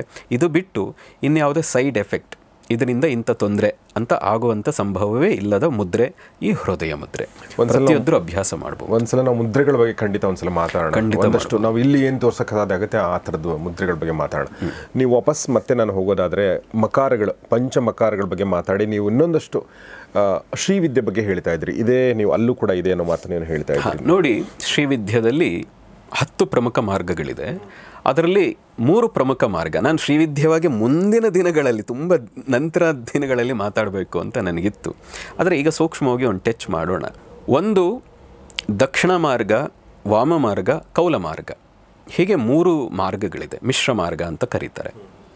ದಕ್ಷಿಣ ಮಾರ್ಗ ಏನಿದೆ ಕೇವಲ ಸಾತ್ವಿಕ, ಅಲ್ಲಿ ಹಣ್ಣುಗಳನ್ನು ನೈವೇದ್ಯವಾಗಿ ಅರ್ಪಿಸ್ತೀರಿ, ಪಂಚಮಕಾರಗಳಿಲ್ಲ, ಮುದ್ರೆ ಇದೆ. ಪ್ರಮುಖವಾಗಿ ದಕ್ಷಿಣ ಮಾರ್ಗದಲ್ಲಿ ಮುದ್ರೆ ಇದೆ, ನೈವೇದ್ಯ ಇದೆ, ಆದರೆ ಸಾತ್ವಿಕ ಮಾರ್ಗದಲ್ಲಿದೆ. ವಾಮ ಮಾರ್ಗ ಅಂತ ಏನು ಕರೀತಾರೆ ಅಂದರೆ ವಾಮಾಚಾರ ಅಂತ ಕೂಡ ಕರೀತಾರೆ. ವಾಮಾಚಾರ ಅಂದ ತಕ್ಷಣ ಬ್ಲ್ಯಾಕ್ ಮ್ಯಾಜಿಕ್ ಅಂತ ಭಾವಿಸಿಬಿಡ್ತಾರೆ, ಆದರೆ ಬ್ಲ್ಯಾಕ್ ಮ್ಯಾಜಿಕ್ ಅಲ್ಲ.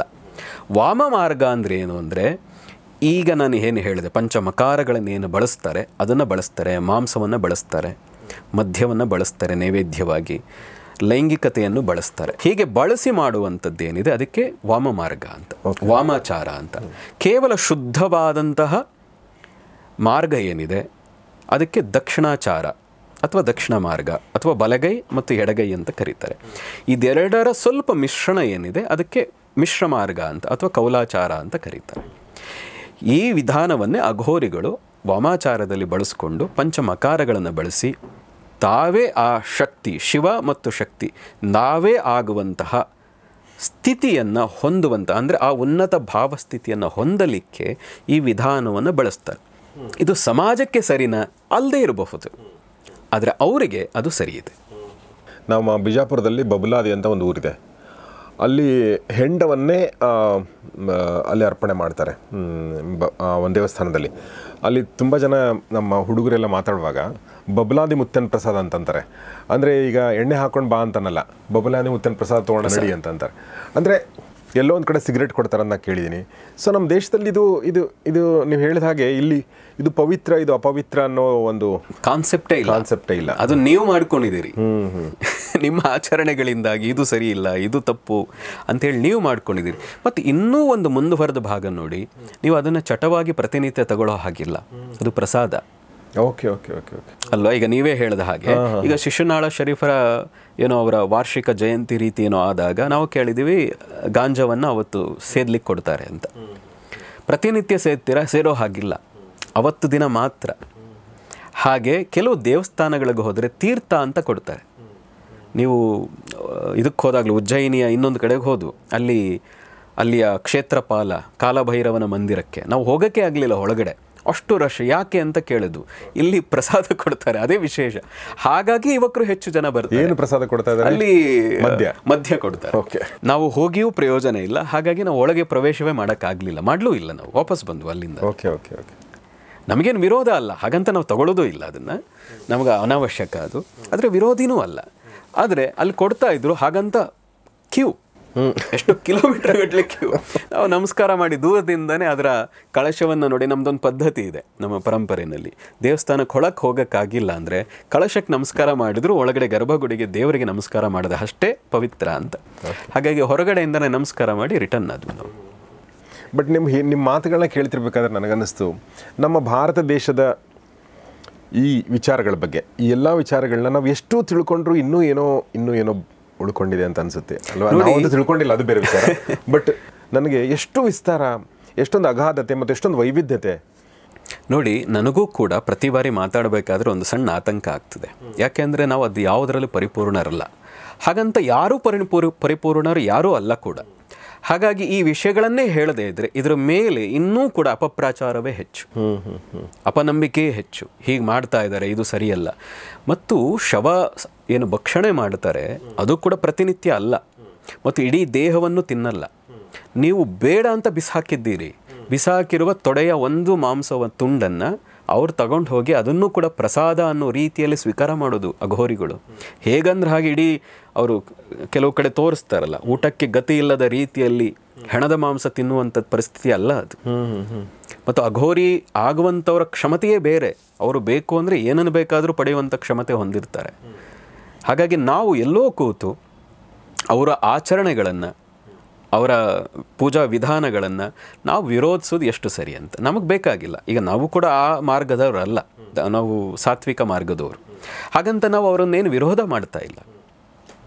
ನೀವು ಅವರನ್ನು ನೋಡಿದ್ರೆ ಕಾಪಾಲಿಕರು ಇನ್ನೂ ವಿಚಿತ್ರವಾಗಿ, ಇನ್ನೂ ಘೋರವಾಗಿದ್ದಾರೆ ಅವರು. ಹಾಗಾಗಿ ಒಂದಕ್ಕಿಂತ ಒಂದು ಬೇರೆ ಬೇರೆ ಭಿನ್ನತೆ ಇದೆ. ಆ ಭಿನ್ನತೆಯಲ್ಲೇ ವೈವಿಧ್ಯತೆ ಇದೆ, ಆ ವೈವಿಧ್ಯತೆಯಲ್ಲೇ ಸಮೃದ್ಧಿ ಇದೆ. ಅದು ಭಾರತದ ವಿಶೇಷತೆ. ಭಾರತದ ವಿಶೇಷತೆ. ಈಗ ಇನ್ನೂ ನಂಗೆ ಪ್ರಶ್ನೆಗಳು ಬರ್ತಾ ಇದೆ, ಬಟ್ ಸಮಯ ಆಗಿರೋದ್ರಿಂದ ಕಾಪಾಲಿಕರಂದ್ರೆ ಯಾರು ಅನ್ನೋದು ಪ್ರಶ್ನೆ ಹೇಳ್ಬೋದಾ? ಇನ್ನೊಂದ್ಸಲ ಮಾತಾಡ್ಬೋದಾ? ಇನ್ನೊಂದ್ಸರಿ ಮಾತಾಡೋಣ. ಆದರೆ ಅಘೋರಿಗಳಲ್ಲೂ ಕೂಡ ಒಂದು ಪದ್ಧತಿ ಇದೆ. ನೀವು ಕಾಪಾಲಿಕರು ಅಂದರೆ ನೀವು ಕಾಶಿ ಕತೆ ಮತ್ತೆ ಬಂದು ಅದು ಇನ್ನೂ ದೀರ್ಘವಾಗಿ ಹೋಗ್ತದೆ. ಆದರೆ ಅಘೋರಿಗಳಲ್ಲಿ ಇನ್ನೊಂದು ಪದ್ಧತಿ ಇದೆ. ಅವರು ಕೂಡ ಕಪಾಲವನ್ನು ಇಟ್ಕೊಳ್ತಾರೆ. ಕಪಾಲ ಅಂದರೆ ತಲೆಬುರುಡೆ. ಇದನ್ನ ಕಪಾಲ ಅಂತಾರೆ, ಇದು ಕಪಾಲ ಅಲ್ಲ. ಹೌದು ಹೌದು. ಕಪಾಲ ಅಂದರೆ ತಲೆಬುರುಡೆ, ತಲೆಯ ಏನು ಭಾಗ ಇದೆ, ಇದಕ್ಕೆ ಕಪಾಲ ಅಂತಾರೆ.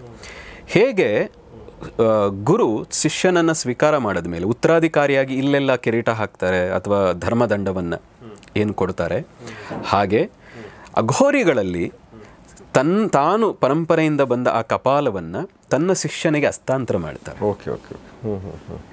ಅವರ ಪದ್ಧತಿ ಏನು ಅಂದರೆ, ಆ ಕಪಾಲದಲ್ಲೇ ಅದು ಏನನ್ನೇ ಊಟ ಮಾಡೋದಿದ್ರು, ಏನನ್ನೇ ಕುಡಿಯೋದಿದ್ರು ಆ ಕಪಾಲದಲ್ಲಿ ಹಾಕ್ಕೊಂಡೇ ತಿಂತಾರೆ, ಆ ಕಪಾಲದಲ್ಲಿ ಹಾಕ್ಕೊಂಡೇ ಸೇವಿಸ್ತಾರೆ. ಹಾಗೆ ಆ ಪ್ರಕಾರದಲ್ಲೂ ಕೂಡ ಕಾಪಾಲಿಕರಿಗೂ ಸ್ವಲ್ಪ ಆ ಕಪಾಲ ಇಟ್ಕೊಂಡಿರೋದ್ರಿಂದ ಸ್ವಲ್ಪ ಹತ್ತಿರವಾಗಿರ್ತಾರೆ. ನಾಗಸಾಧುಗಳು / ಅಘೋರಿಗಳು ಗೊತ್ತಿಲ್ಲ ನಮಗೆ. ವ್ಯತ್ಯಾಸ ನೋಡೋಕೆ ಏನಾದ್ರು ವ್ಯತ್ಯಾಸ ಇರುತ್ತೆ ಅವರಿಬ್ಬರ ಮಧ್ಯೆ? ನಾಗಸಾಧು ನಂಗ ಇರ್ತಾರೆ ಅವ್ರು ಬೇಸಿಕಲಿ ಅಂತನಾ? ನೋಡಿ, ನಾನು ಮೊದಲೇ ಹೇಳ್ದಾಗೆ ನಾಗಸಾಧುಗಳು ಕೇವಲ ಕುಂಭಮೇಳದಲ್ಲಿ ಮಾತ್ರವೇ ನಗ್ನವಾಗಿರ್ತಾರೆ. ಇನ್ನು ಇಲ್ಲಿ ಎಲ್ಲ ಬಂದಾಗ ಕಾವಿ ಬಟ್ಟೆಯನ್ನು ಎಲ್ಲರಂತೆ ಹಾಕ್ತಾರೆ. ಆದರೆ ಅದರಲ್ಲಿ ಕೆಲವರು, ನಾನು ಹೇಳಿದ್ನಲ್ಲ, ಕೆಲವು ಸರಿ ಪ್ರಚಾರ ಪ್ರಿಯರು ಇರ್ತಾರೆ, ಅದರಲ್ಲಿ ಕೆಲವರು ಇರ್ತಾರೆ. ಹಾಗೆ ಇದ್ದವರು ವಿಚಿತ್ರವಾಗಿ ನೋಡಿ, ನಾಗಸಾಧುಗಳದ್ದು ಇನ್ನೊಂದು ವಿಚಿತ್ರ ಇದೆ, ಇದು ಮಿಕ್ಸ್ ಆಗ್ತದೆ. ಹಾಗಾಗಿ ನಾನು ಕಡಿಮೆ ಅವಾಗ ಹೇಳಿದೆ. ನಾಗಸಾಧುಗಳು ಹೇಗೆ ಅಂದರೆ, ಅವರು ಒಂದು ರೀತಿ ಬಿಂದಾಸ್ ಇರ್ತಾರೆ. ನೀವು ಪ್ರಪಂಚಕ್ಕೆ ಅವರು ತಲೆ ಕೆಡಿಸ್ಕೊಳ್ಳಲ್ಲ. ನೀನು ಯಾಕೆ ಹೀಗಿದ್ದೀಯೆ ಅಂತ ಅವರು ತನ್ನ ಗುರುವಿಗೆ ಅವರು ಉತ್ತರ ಕೊಡಬೇಕು ಬಿಟ್ಟು ಪ್ರಪಂಚ ಏನು ಹೇಳ್ತದೆ ಅನ್ನೋದ್ರ ಬಗ್ಗೆ ಅವ್ರಿಗೆ ತಲೆ ಬಿಸಿ ಮಾಡಿಕೊಳ್ಳಲ್ಲ. ಹಾಗಾಗಿ ನೀವು ಕೆಲವು ನಾಗಾಸಾಧುಗಳನ್ನು ನೋಡಿದ್ರೆ ಮೈ ತುಂಬ ಚಿನ್ನ ಹಾಕ್ಕೊಳ್ತಾರೆ, ಅವರಿಗೆ ಚಿನ್ನ ಇಷ್ಟ. ಇನ್ನು ಕೆಲವು ನಾಗಾಸಾಧುಗಳು ಕಾರುಗಳನ್ನು ಇಟ್ಕೊಂಡಿದ್ದವರು ಇದ್ದಾರೆ. ಇನ್ನೂ ಒಬ್ಬ ನಾಗಾಸಾಧು ಹೆಲಿಕಾಪ್ಟರ್ ಇಟ್ಕೊಂಡಿದ್ದಾರೆ. ಹೀಗೆ ಒಬ್ಬೊಬ್ಬರು ಒಂದೊಂದು ರೀತಿಯಾಗಿರ್ತಾರೆ. ಇನ್ನು ಇದಕ್ಕೆ ವ್ಯತಿರಿಕ್ತವಾಗಿ ಇಲ್ಲ, ನನಗಿದೇನನ್ನೂ ಬೇಡ, ನಾನು ಒಂದು ದಿನಕ್ಕೆ ಒಂದು ಆಲೂಗೆಡ್ಡೆ ತಿಂದ್ಕೊಂಡು ನೀರು ಕುಡ್ಕೊಂಡು ಬದುಕ್ತೀನಿ ಅಂತ ಎಲ್ಲವನ್ನು ತ್ಯಾಗ ಮಾಡಿ ಹಠಯೋಗ ಸಾಧನೆ ಮಾಡೋರು ಇದ್ದಾರೆ. ನೀವೇ ಹೇಳಿದಾಗೆ ಕಳೆದ ಕುಂಭಮೇಳದಿಂದ ಮುಂದಿನ ಕುಂಭಮೇಳದವರೆಗೆ ನಾನು ಎಲ್ಲೂ ಕೂರುವುದೇ ಇಲ್ಲ, ನಿಂತೇ ಇರ್ತೀನಿ. ನಾನು ಏನು ಹೇಳಿದೆ, ಕಡೇಶ್ವರಿ ಗೋಪಾಲನಂದಗಿರಿಯವರು 2013ರಲ್ಲಿ ಭೇಟಿ ಮಾಡಿದೆ. ಅವ್ರ ಶಿಷ್ಯ ಒಬ್ಬ ಜೊತೆಗಿದ್ದು ಕೇಳಿದೆ, ಯಾಕೆ ಹೀಗಿದ್ದಾರೆ? ಅವರೊಂದು ಜೂಗಾಲೆ ಕಟ್ಟಿದ್ರು, ಒಂದು ಮರದ ತುಂಡನ್ನು ಕಟ್ಟಿದ್ರು. ಅದರ ಮೇಲೆ ಒಂದು ಕಾಲಿಟ್ಟು ಇನ್ನೊಂದು ಕಾಲು ಯಾವಾಗಲೂ ನೆಲದ ಮೇಲೆ ಇರ್ತಾಯಿತ್ತು. ಮಲಗೋದಿದ್ರು ಆ ಮರದ ತುಂಡು ಮೇಲೆ ಮಲಗ್ತಾಯಿದ್ರು, ಕಾಲು ಕೆಳಗಿರ್ತಾಯಿತ್ತು.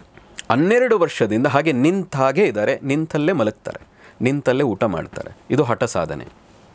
ಹಾಗೆ ಇನ್ನೂ ಕೆಲವು ಯೋಗಿಗಳು ಅದು ಅವರ ಪ್ರಚಾರದಲ್ಲೇ ಇದ್ದಾರೆ. ಅವರು ಹೆಚ್ಚು ಕೈಯನ್ನು ಎತ್ತಿದ್ದಾರೆ, ಮುಗೀತು, ಇನ್ನು ಕೈ ಇಳಿಸಿಲ್ಲ, ಅದು ಅಲ್ಲೇ ಮರಗೆಟ್ಟು ಹೋಗಿದೆ. ಇನ್ನು ಕೆಲವರು ಜಟೆ ಬಿಡ್ತಾರೆ, ಅವ್ರಿಗೆ ಕಟ್ಟೆ ಮಾಡಲ್ಲ, ಅದು ಎಷ್ಟೋ ಕಿಲೋಮೀಟ್ರ್ ಆಗಬೇಕು ಅಂತ. ಕೆಲವರು ಹುಗುರುಗಳನ್ನು ಹಾಗೆ ಬಿಡ್ತಾರೆ.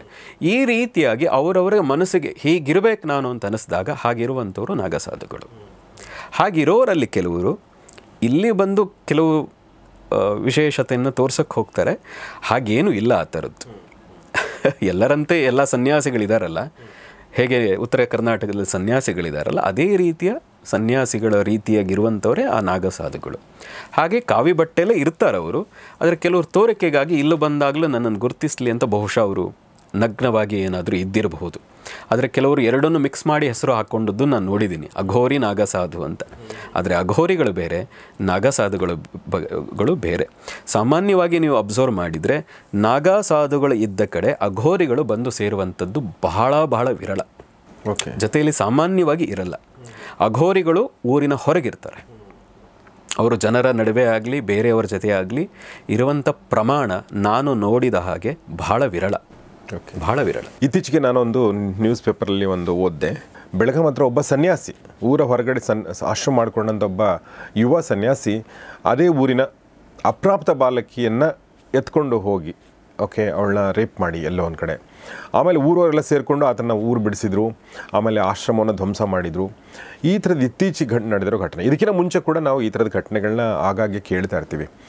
ನಮ್ಮ ಪ್ರಕಾರ, ಅಂದರೆ ನಮ್ಮ ಜನಸಾಮಾನ್ಯರ ಪ್ರಕಾರ, ಸನ್ಯಾಸ ಅಂದ ತಕ್ಷಣ ನಮಗೆ ಒಂದು ತ್ಯಾಗ, ಎಲ್ಲವನ್ನು ಬಿಟ್ಟಂಥವ್ರು, ಎಲ್ಲರಿಂದ ಮುಕ್ತರಾದಂಥವ್ರು ಅಥವಾ ಗೆದ್ದಂಥವರು, ನಮ್ಮ ಐಹಿಕ ಏನು ನಮ್ಮದು ಆಸೆಗಳಿರ್ತದೆ ಇದೆಲ್ಲವನ್ನು ಕೂಡ ಅದು ಗೆದ್ದಂಥವ್ರು ಅನ್ನೋ ಒಂದು ಭಾವ ಬರುತ್ತೆ. ಹೀಗಾಗಿ ಪ್ರತಿಯೊಬ್ಬ ಸನ್ಯಾಸಿ ಕೂಡ ಹೆಣ್ಮಕ್ಳು, ಮಕ್ಕಳು, ದೊಡ್ಡವರು ಎಲ್ಲರೂ ಹೋಗಿ ಕಾಲು ಬೀಳ್ತಾರೆ ಅಥವಾ ಅವ್ರನ್ನ ಸಂಪೂರ್ಣವಾಗಿ ನಂಬ್ತಾರೆ. ಆದರೆ ನಂಬಿಕೆಗೆ ಘಾಸಿಯಾಗುವಂಥ ಪ್ರಕರಣಗಳು ಅಲ್ಲಲ್ಲಿ ನಡೀತಾನೆ ಇರ್ತವೆ. ನಮ್ಮ ಹಳ್ಳಿಗರಲ್ಲಿ ನಮ್ಮೆಲ್ಲರಲ್ಲೂ ಇದೆ ಅದು. ಒಬ್ಬ ಸನ್ಯಾಸಿ ಕಾವಿ ಹಾಕ್ಕೊಂಡಿದ್ದಾರೆ ಅಂದ ತಕ್ಷಣ ಹೋಗಿ ನಾವು ಕಾಲಿಗೆ ಬೀಳ್ತೀವಿ. ಅವ್ರಿಗೆ ಗೊತ್ತೂ ಇಲ್ಲ ನಮಗೆ. ಅಲ್ಲಿ ಕಟ್ಟೆ ಮೇಲೆ ಅವ್ರು ಕೂತ್ಕೊಂಡಿದ್ರೆ ಯಾರೋ ಕಾವಿ ಹಾಕ್ಕೊಂಡು ಅಂತಂದರೆ ಅವ್ರಿಗೆ ಹೋಗಿ ಫಸ್ಟ್ ನಮಸ್ಕಾರ ಮಾಡಿ ಮುಂದೆ ಹೋಗ್ತಾರೆ ತುಂಬ ಜನ. ಸೊ ಹೀಗಿರಬೇಕಾದ್ರೆ ಈ ಥರದ್ದು ಒಂದು ಘಟನೆಗಳು ನಡೀತಾವಲ್ವಾ. ಶುದ್ಧವಲ್ಲದ ಸನ್ಯಾಸ, ಅಶುದ್ಧ ಸನ್ಯಾಸ ನಮಗೇನು ಕಾಣಿಸ್ತಾ ಇದೆ ನಮ್ಮ ಸಮಾಜದಲ್ಲಿ, ಇದ್ರ ಬಗ್ಗೆ ತಾವೇನು ಹೇಳಕ್ಕೆ ಇಷ್ಟಪಡ್ತೀರಿ? ನೋಡಿ, ಮನುಷ್ಯ ಅಂತ ಆದಮೇಲೆ ನಾವು ಎಲ್ಲವನ್ನೂ ಮೀರಲಿಕ್ಕಾಗೇ ಬಂದಿರೋದು. ಹಾಗೆ ಮೀರುವ ಪ್ರಕ್ರಿಯೆಯಲ್ಲಿ ಇನ್ನೂ ನಾನು ಆ ಉನ್ನತ ಸಾಧನೆಗೆ ಹೋಗಬೇಕು, ಇದೆಲ್ಲವನ್ನು ಮೀರುವಂತಹ ಸ್ಥಿತಿ ನನಗೆ ಬರಬೇಕು ಅನ್ನೋ ಕಾರಣಕ್ಕಾಗಿ ಸನ್ಯಾಸವನ್ನು ಸ್ವೀಕಾರ ಮಾಡ್ತಾರೆ. ಸನ್ಯಾಸ ಸ್ವೀಕಾರ ಮಾಡಿದ ತಕ್ಷಣ ಆತನಲ್ಲಿ ಕಾಮವಿಲ್ಲ ಹಾಗೆ ಹೇಳೋ ಹಾಗಿಲ್ಲ. ಅವನಲ್ಲಿ ಎಲ್ಲರಂತೆ ಹಸಿವಿದೆ, ಎಲ್ಲರಂತೆ ಬಾಯಾರಿಕೆ ಇದೆ, ಎಲ್ಲರಂತೆ ಅವನು ನಿದ್ದೆ ಮಾಡುತ್ತಾನೆ, ಎಲ್ಲರಂತೆ ಅವನಲ್ಲೂ ಒಂದಷ್ಟು ಕಾಮದ ವಾಂಛೆಗಳು ಇರ್ತವೆ. ಆದರೆ ಅವನ ಸಾಧನೆಯ ಮೂಲಕ ಪ್ರತಿನಿತ್ಯದ ಅವನ ಅನುಷ್ಠಾನ, ಸನ್ಯಾಸಿ ಹೀಗೆ ಇರಬೇಕು ಅನ್ನುವಂಥ ಪದ್ಧತಿಗಳಿದೆ. ಉದಾಹರಣೆಗೆ ಹೇಳೋದಿದ್ದರೆ, ಸನ್ಯಾಸ ಸ್ವೀಕಾರ ಮಾಡಿದವನು ಹಗಲಿನಲ್ಲಿ ನಿದ್ದೆ ಮಾಡೋ ಹಾಗಿಲ್ಲ. ಒಂದಷ್ಟು ವಿಶ್ರಾಂತಿ ತಗೋಬೋದು, ಆದರೆ ನಿದ್ದೆ ಮಾಡೋ ಹಾಗಿಲ್ಲ. ಹಾಗೆ ನಿದ್ದೆಯೇ ಈ ರೀತಿಯ ನಿಯಮಗಳಿದೆ. ಬ್ರಾಹ್ಮಿ ಮುಹೂರ್ತಕ್ಕೆ ಎದ್ದೇಳಬೇಕು, ಇಷ್ಟೇ ಅಧ್ಯಯನ ಮಾಡಬೇಕು, ಇಷ್ಟು ಓದಬೇಕು, ಸ್ವಾಧ್ಯಾಯ ಮಾಡಬೇಕು, ಅನುಷ್ಠಾನಗಳನ್ನು ಇಟ್ಕೋಬೇಕು, ಇಷ್ಟು ಜಪ ಮಾಡಬೇಕು ಅಂತೆಲ್ಲ ಇದೆ. ಈಗೇನಾಗಿದೆ, ಸನ್ಯಾಸ ಅಂದ ತಕ್ಷಣ ತುಂಬ ಬಾರಿ ಹಣ ಬರ್ತದೆ, ಹೆಚ್ಚು ಜನ ಗೌರವ ಕೊಡ್ತಾರೆ. ನೀವೇ ಹೇಳಿದ ಹಾಗೆ ಹಳ್ಳಿಗಳಲ್ಲೂ ಕೂಡ ಕಾವಿ ಬಟ್ಟೆ ನೋಡಿದ ತಕ್ಷಣ ಅವ್ರು ಯಾರು ಏನು ಅಂತ ವಿಚಾರಿಸಲ್ಲ, ಅವ್ರಿಗೆ ಹೋಗಿ ಕಾಲಿಗೆ ನಮಸ್ಕಾರ ಮಾಡ್ತಾರೆ. ಇದನ್ನೆಲ್ಲ ನೋಡಿದಂಥ ಕೆಲವು ಕಪಟಿಗಳು ಕಾವಿಯನ್ನು ಹಾಕಿ ಕಾವಿಗೆ ಮಸಿ ಬಳಿಯುವಂಥ ಕೆಲಸ ಮಾಡ್ತಾ ಇದ್ದಾರೆ. ಆದರೆ ನಿಜವಾದ ಸನ್ಯಾಸಿಗಳು ಯಾರಿದ್ದಾರೆ, ಆ ಪರಂಪರೆಯಿಂದ ಬಂದಂಥವ್ರು ಯಾರಿದ್ದಾರೆ, ಅದರ ಅನುಷ್ಠಾನವನ್ನು ಯಾರು ತನ್ನ ಗುರುವಿನಿಂದ ಕಲಿತು ಪದ್ಧತಿಯನ್ನು ರೂಢಿಸ್ಕೊಂಡವರಿದ್ದಾರೆ, ಅಷ್ಟು ಸುಲಭವಾಗಿ.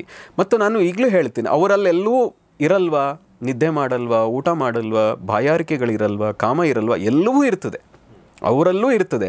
ಆದರೆ ಅದನ್ನು ಅವರು ಚಾನಲೈಸ್ ಮಾಡ್ತಾರೆ ಅವರ ಅನುಷ್ಠಾನದ ಕಡೆಗೆ, ಅವರ ಅಧ್ಯಯನದ ಕಡೆಗೆ, ಪೂರ್ಣವಾಗಿ ಶರೀರವನ್ನು ಅದಕ್ಕೆ ತೊಡಗಿಸಿದಾಗ ಇದರ ಕಡೆಗೆ ಆಸೆ ಏನಿದೆ ಅದು ತನಗೆ ತಾನೇ ಕಡಿಮೆ ಆಗ್ತಾ ಹೋಗಿಬಿಡ್ತದೆ.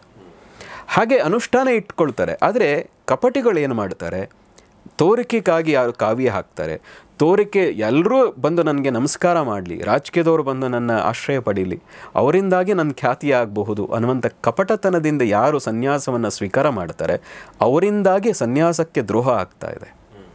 ಬಿಟ್ಟು ಸನ್ಯಾಸಿಗಳೆಲ್ಲರೂ ಕೂಡ ಆ ರೀತಿಯಾಗಿ ಯಾರು ಸರಿಯಾದ ಪರಂಪರೆಯಿಂದ ಬಂದಿರ್ತಾರೆ, ಪರಂಪರೆ ಇಲ್ಲದೆ ಹೋದರೂ ಸರಿಯಾದ ಗುರುವಿನ ಮೂಲಕ ಯಾರು ಬಂದಿರ್ತಾರೆ ಅಂತಹ ಸನ್ಯಾಸಿಗಳು ಯಾವುದೇ ಕಾರಣಕ್ಕೂ ಈ ರೀತಿಯ ನೀಚ ಕೃತ್ಯಗಳಲ್ಲಿ ತೊಡಗುವುದಿಲ್ಲ. ಈಗ ನೀವು ಪರಂಪರೆ ಅಂತ ಹೇಳಿದರೆ, ನಮ್ಮಲ್ಲಿ ತುಂಬ ದೊಡ್ಡ ಪರಂಪರೆ ಎನ್ನುವಂಥ ಮಠಗಳಲ್ಲೇ ನಾವು ಈ ಥರದ ಘಟನೆಗಳನ್ನ ನೋಡಿದ್ವಿ, ನೋಡ್ತಾನೆ ಇರ್ತೀವಿ. ಚಿತ್ರದುರ್ಗದ ಫಾರ್ ಎಕ್ಸಾಂಪಲ್, ಅದು ಕೇಸ್ ಕೂಡ ಆಗಿರೋದ್ರಿಂದ ಪಬ್ಲಿಕ್ ಡೊಮೇನಲ್ಲಿ ಆ ಮಾತನ್ನು ಹೇಳ್ತಾ ಇದ್ದೀನಿ.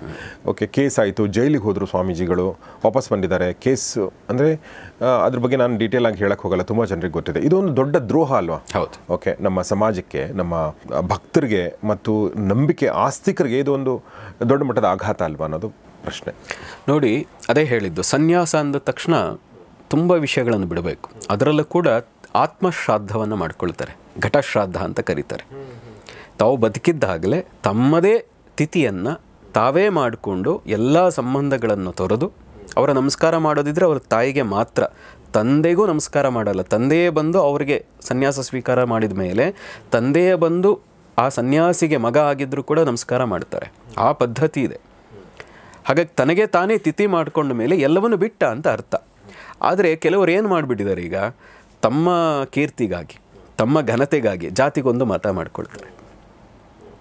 ನೀವು ಅಲ್ಲಿಂದನೇ ಶುರು ಆಯ್ತಲ್ಲ ನಿಮ್ಮ ಅಧಪತನ. ಸನ್ಯಾಸಕ್ಕೆ ಅರ್ಥವೇ ಇಲ್ದಾಗಾಯ್ತಲ್ಲ. ಎಲ್ಲವನ್ನು ಮೀರಬೇಕು ಅಂತ ಬಂದಂಥವರು, ಮೋಕ್ಷಕ್ಕಾಗಿ ಸನ್ಯಾಸ ಸ್ವೀಕಾರ ಮಾಡಿದವರು, ಮೋಕ್ಷದ ಜೊತೆಗೆ ನನಗೆ ಗೊತ್ತಿರುವಂತಹ ಜ್ಞಾನವನ್ನು 4 ಜನಕ್ಕೆ ನಾನು ಹಂಚುತ್ತಾ ಹೋಗ್ತೀನಿ, ಯಾವ ಅಪೇಕ್ಷೆಗಳಿಲ್ಲದೆ ಅನ್ನುವಂಥದ್ದೇ ನಿಯಮ. ಅಲ್ಲಿ ಧರ್ಮವನ್ನು ಬೋಧನೆ ಮಾಡೋದು, ಸತ್ಮಾರ್ಗವನ್ನು ತೋರುವಂಥದ್ದೇ ಸನ್ಯಾಸಿ ಕರ್ತವ್ಯ. ಓಕೆ. ಆದರೆ ಯಾವಾಗ ಜಾತಿ, ಯಾವಾಗ ಕೀರ್ತಿ, ಯಾವಾಗ ಹಣ ಇವೆಲ್ಲವೂ ಅಲ್ಲಿ ಸೇರಿಕೊಳ್ತದೋ ಆಗ ಯಾವುದೇ ಪರಂಪರೆ ಇರಲಿ ಅದು ದಾರಿ ತಪ್ಪುವಂಥದ್ದೇ. ಯಾವಾಗ ಅನುಷ್ಠಾನಗಳಿಲ್ಲ, ಯಾವಾಗ ಸಾಧನೆ ಇಲ್ಲ, ಒಬ್ಬ ಯೋಗಿ ಆದ ಸನ್ಯಾಸಿ ಆದವನು ದೇಹವನ್ನು ಹಾಗೆ ದಂಡಿಸಬೇಕು ಅಂದರೆ ಅರ್ಥ ಹೊಲಕ್ಕೆ ಹೋಗಿ ದುಡಿಬೇಕಾಗಿಲ್ಲ, ಹಾಗೆ ದುಡಿಯೋ ಹಾಗೂ ಇಲ್ಲ ಸನ್ಯಾಸಿ. ಅವನಿಗೆ ಆದಂಥ ನಿಯಮ ಇದೆ. ಆದರೆ ಆಸನಗಳ ಮೂಲಕ ದೇಹವನ್ನು ದಂಡಿಸಿ ಮನಸ್ಸನ್ನು ಒಂದು ಹತೋಟಿಗೆ ತೆಗೆದುಕೊಂಡು ಬರಬೇಕು. ಹಾಗೆ ತಗೊಂಡು ಬರದೆ ನಾವು ಹೊರಗಿನ ಪ್ರಪಂಚದ ಕಡೆಗೆ ಹೆಚ್ಚು ತೆರ್ಕೊಂಡಾಗ ಈ ರೀತಿಯ ಆಸಕ್ತಿಗಳು ಬಂದೇ ಬರ್ತವೆ. ಓಕೆ, ನನಗೆ ಒಂದು ಅನ್ಸೋದೇನೆಂದರೆ, ಸೊ ಮುಕ್ತರು, ನೀವು ಸನ್ಯಾಸಿ ಅಂತಂದ್ರೆ ನನಗೆ ಅಂದರೆ ನಾನು ಎಲ್ಲವನ್ನೂ ಬಿಟ್ಟವರು ಅಂತಂತೀವಿ, ಎಲ್ಲಕ್ಕಿಂತ ಜಾಸ್ತಿ ಅವ್ರ ಹತ್ರನೇ ಇದೆ. ಆ್ಯಕ್ಚುಲಿ ಈಗ ಅವ್ರ ಹತ್ರ ಜಾಸ್ತಿ ಆಸ್ತಿ ಇದೆ, ಅವ್ರ ಹತ್ರ ಜಾಸ್ತಿ ಕಾರ್ಗಳಿವೆ, ಅವ್ರ ಹತ್ರ ಜಾಸ್ತಿ ಸೌಲಭ್ಯಗಳಿದೆ. ಯಾರಿಗಾಗಿ? ಸಮಾಜಕ್ಕಾಗಿ, ಧರ್ಮದ ಉಳಿವಿಗಾಗಿ. ನೋಡಿ, ಓಕೆ, ನೀವು ಬೇರೆಯವರೆಲ್ಲ ಹತ್ರನೂ ಇದೆ. ಈಗ ವ್ಯಾಟಿಕನ್ನಲ್ಲಿ ಏನೆಲ್ಲ ಇರಬಹುದು, ಎಷ್ಟು ಕೋಟಿ ಚಿನ್ನ, ಎಷ್ಟು ಟನ್ ಗಟ್ಟಲೆ ಇದೆ ಅಂತೆಲ್ಲ ಹೇಳ್ತಾರೆ. ನೀವು ಆ ಪೋಪ್ ಸತ್ತಂತ್ರ ಯಾರಿಗೆ ಹೋಗ್ತದೆ? ಇನ್ನೊಬ್ಬ ಪೋಪಿಗೆ ಹೋಗ್ತದೆ. ಅವರ ಮಕ್ಳಿಗೆ ಹೋಗಲ್ಲ, ಅವರ ಮರಿ ಮಕ್ಳಿಗೆ ಹೋಗಲ್ಲ, ಅವರ ಮೊಮ್ಮಕ್ಳಿಗೋ ಮರಿ ಮಕ್ಳಿಗೋ ಕಾರ್ ತೊಗೊಳಕ್ಕೆ ಹೋಗಲ್ಲ ಅದು. ಹಾಗೆ ಇಲ್ಲಿಯ ಸನ್ಯಾಸಿಗಳು ಕೂಡ ಅವ್ರಿಗೆ ಯಾವುದೇ ಪರಂಪರೆಗಳಿರಲ್ಲ. ಈಗ ನೀವು ಹೇಳೋ ಹಾಗೆ ಮತ್ತು ಅವ್ರಿಗೆ ಯಾರಿಗೋ ಕಪಟತನದಿಂದ ಮಕ್ಕಳು ಹುಟ್ಟಿದ್ದು ಅವ್ರ ಸನ್ಯಾಸಿ ಕೊಡುವಂಥದ್ದಿದೆ. ಆದರೆ ನೀವು ಸರಿಯಾದ ಪರಂಪರೆ ನೋಡಿ, ಒಂದ್ಸರಿ ಸರಿಯಾದ ಯಾವುದು ಅನುಷ್ಠಾನಗಳು ಇಟ್ಕೊಂಡ್ಬಂದಿದ್ದಾರೆ ಅಲ್ಲಿ ಈ ಥರದ್ದಿಲ್ಲ. ಓಕೆ, ನಾನೀಗ ಇನ್ನೊಂದು 2 ಪ್ರಶ್ನೆ ಕೇಳಬೇಕು. ಮೊದಲನೇದಾಗಿ, ನೀವು ಸದ್ಗುರು ಶ್ರೀರಾಮ ಅವರು, ನಾನು ಸುಮಾರು ವರ್ಷಗಳಿಂದ ನಾನು ನೋಡ್ಕೊಂಡ್ಬಂದಿದ್ದೀನಿ. ಗೌರಿಶಕ್ಕಿ ಸ್ಟುಡಿಯೋ ಅಲ್ಲಿ ನೀವು ನಿರಂತರವಾಗಿ ಬರ್ತಾ ಇರ್ತೀರಿ. ನೀವು ಕಾವಿ ಹಾಕಿದ್ದು ನಾನು ನೋಡಿಲ್ಲ. ಓಕೆ, ನಿಮ್ಮ ಮಾತುಗಳನ್ನ ಕೇಳ್ತಾ ಇದ್ರೆ ಒಬ್ಬ ಯೋಗಿಯ ಮಾತುಗಳು, ಒಬ್ಬ ಸನ್ಯಾಸಿ ಮಾತುಗಳು ಅಂತ ನಮಗೆ ಅನಿಸುತ್ತೆ. ತುಂಬ ತಿಳ್ಕೊಂಡಿದ್ದಾರೆ, ನಮಗೆ ಮಾರ್ಗದರ್ಶನ ಮಾಡಬಲ್ಲಂಥ ಕೆಪಾಸಿಟಿ ಇದೆ ಇವ್ರಿಗಂತ ನಮಗೆ ಅನಿಸುತ್ತೆ. ಆದರೆ ನೀವು ಯಾಕೆ ಕಾವ್ಯ ಹಾಕಿಲ್ಲ ಅನ್ನೋದು ಪ್ರಶ್ನೆ. ನೋಡಿ, ನಾನು ಸಹಜವಾಗಿ ಎಲ್ಲರೊಳಗೆ ಎಲ್ಲರಂತೆ ಇರಬೇಕು ಅಂತ ಭಾವಿಸಿದ್ದೀನಿ. ಹಾಗಾಗಿ ಈ ಕಾವ್ಯ ಹಾಕಿದಾಗ ನೀವು ಹೇಳಿದ್ರಲ್ಲ, ಅಷ್ಟು ಅನುಷ್ಠಾನ ನಿಯಮಗಳು, ಅದಕ್ಕೆ ಆದಂತಹ ಪ್ರಪಂಚ ಬೇರೆ. ನಾವು ಎಲ್ಲರೊಳಗೊಂದಾಗು ಮಂಕುತಿಮ್ಮ ಅಂತ ಎಲ್ಲರ ನಡುವೆ ಇದ್ದು ನಮಗೇನು ಗೊತ್ತಿದೆ ಅದನ್ನು ತಿಳಿಸ್ಕೊಡ್ತಾ ನಾವು ಪಕ್ವ ಆಗ್ತಾ ಹೋಗ್ತಾ ಇದ್ದೀವಿ. ಯಾವತ್ತಾದರೂ ಮುಂದೆ ಒಂದು ದಿನ ತುಂಬ ಜನರು ಹೇಳಿದ್ದಾರೆ, ಇಲ್ಲ ನೀವು ಕಾವ್ಯ ಹಾಕಬೇಕು, ನೀವು ಹರಿಹರಿದ್ದೀರಿ ಅಂತ ಹೇಳಿದ್ದಿದೆ. ಆ ರೀತಿ ಮಠಗಳಿಗೂ ಉತ್ತರಾಧಿಕಾರಿಯಾಗಿ ಕರೆದದ್ದೂ ಇದೆ. ಆದರೆ ನಮಗನಿಸ್ತು ಕಾವ್ಯ ಹಾಕಿದಾಗ ತುಂಬ ಜನರಿಂದ ದೂರ ಆಗ್ತೀವಿ, ಅಂದರೆ ಮಾರ್ಗದರ್ಶನದ ದೃಷ್ಟಿಯಿಂದ. ಮತ್ತು ನಾವು ಸಾಮಾನ್ಯರಂತೆ ಇರಬೇಕು ಅಂತ, ಅದು ಒಂದು ಬಂಧನ ಅಂತ ನನಗನಿಸ್ತು. ಬಂಧನ ಅಂತ ನನಗೆ ಯಾವ ಬಂಧನವೂ ಇರಬಾರದು. ಆ ಕಾರಣದಿಂದಾಗಿ ನಾನು ಸನ್ಯಾಸವನ್ನು ಸ್ವೀಕಾರ ಮಾಡಿ, ನಾನು ಗುರುನೂ ಅಲ್ಲ. ನಾನು ಯಾವತ್ತೂ ಕೂಡ, ನೀವು ಗೊತ್ತಿದೆಯೋ ಇಲ್ಲೋ, ನಾನು ಗುರು ಅಂತ ಡಿಕ್ಲೇರ್ ಕೂಡ ನಾನು ಮಾಡ್ಕೊಂಡದ್ದಿಲ್ಲ. ಎಲ್ಲರೂ ಕರೀಲಿಕ್ಕೆ ಶುರು ಮಾಡಿದರು ಗುರು ಅಂತ. ಆದರೆ ನನ್ನ ಗುರು ಅಂತ ಅಂತರ್ವಾಣಿಯಲ್ಲಿ ಒಂದು ಹೇಳಿದರು. ನನಗೊಂದಷ್ಟು ಅನುಭವಗಳು, ಆಧ್ಯಾತ್ಮಿಕ ಅನುಭವಗಳಾದಾಗ ಸದ್ಗುರು ಅನ್ನುವಂಥ ಉಪಾಧಿಯನ್ನು, ಸದ್ಗುರು ಶ್ರೀ ಅನ್ನುವಂಥ ಉಪಾಧಿಯನ್ನು ಒಂದು ಅಂತರ್ವಾಣಿಯಿಂದ ಅದು ಬಂದದ್ದು, ಸುಮ್ಮನೆ ನಾನೇನೋ ಹಾಕೊಂಡಿದ್ದಲ್ಲ.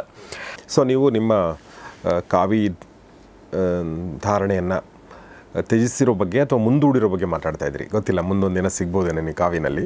ಎಲ್ಲರಲ್ಲೂ ಕೂಡ ಒಂದಾಗಿ ಇರುವಂಥದ್ದು ಮತ್ತು ನೀವು ಹೇಗಿದ್ದೀರೋ ಅನ್ನೋದ್ರ ಬಗ್ಗೆ ನೀವು ಮಾತಾಡ್ತಾ ಇದ್ರಿ. ನನ್ನ ಪ್ರಶ್ನೆ ಈಗ ಬಂದಿರುವಂಥದ್ದು ಏನಂದ್ರೆ, ನನ್ನ ಮನಸ್ಸಲ್ಲಿ ಬಂದಿರುವಂಥದ್ದು, ನಮ್ಮ ಜನಸಾಮಾನ್ಯರಿಗೆ ಈಗ ನಾನು ಹೇಳಿದ ಹಾಗೆ ಕಪಟಿ ಯಾರು, ನಿಜವಾದ ಕಾವಿಧಾರಿ ಯಾರು ಅಂತ ಗೊತ್ತಾಗಲ್ಲ.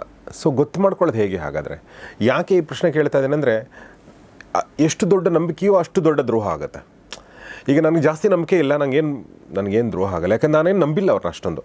ಬಟ್ ತುಂಬ ಜನ ತುಂಬ ನಂಬಿರ್ತಾರೆ, ಅವ್ರಿಗೊಂದು ಮನಸ್ಸಿಗೊಂದು ದೊಡ್ಡ ಆಘಾತ ಆಗುತ್ತಲ್ಲ, ಅದನ್ನು ತಪ್ಪಿಸೋದು ಹೇಗೆ? ನೋಡಿ, ಈ ಪರಂಪರೆಯಲ್ಲಿ ನಾವು ಸನ್ಯಾಸಕ್ಕೆ ಗೌರವ ಕೊಡಲೇಬೇಕು. ಆ ಸನ್ಯಾಸಕ್ಕೆ ಗೌರವ ಕೊಟ್ಟ ಕಾರಣಕ್ಕೆ ಎಷ್ಟೋ ಸಾಮ್ರಾಜ್ಯಗಳು ಉದಯ ಆಗಿದ್ದು, ಬೆಳಗಿದ್ದು ಕೂಡ.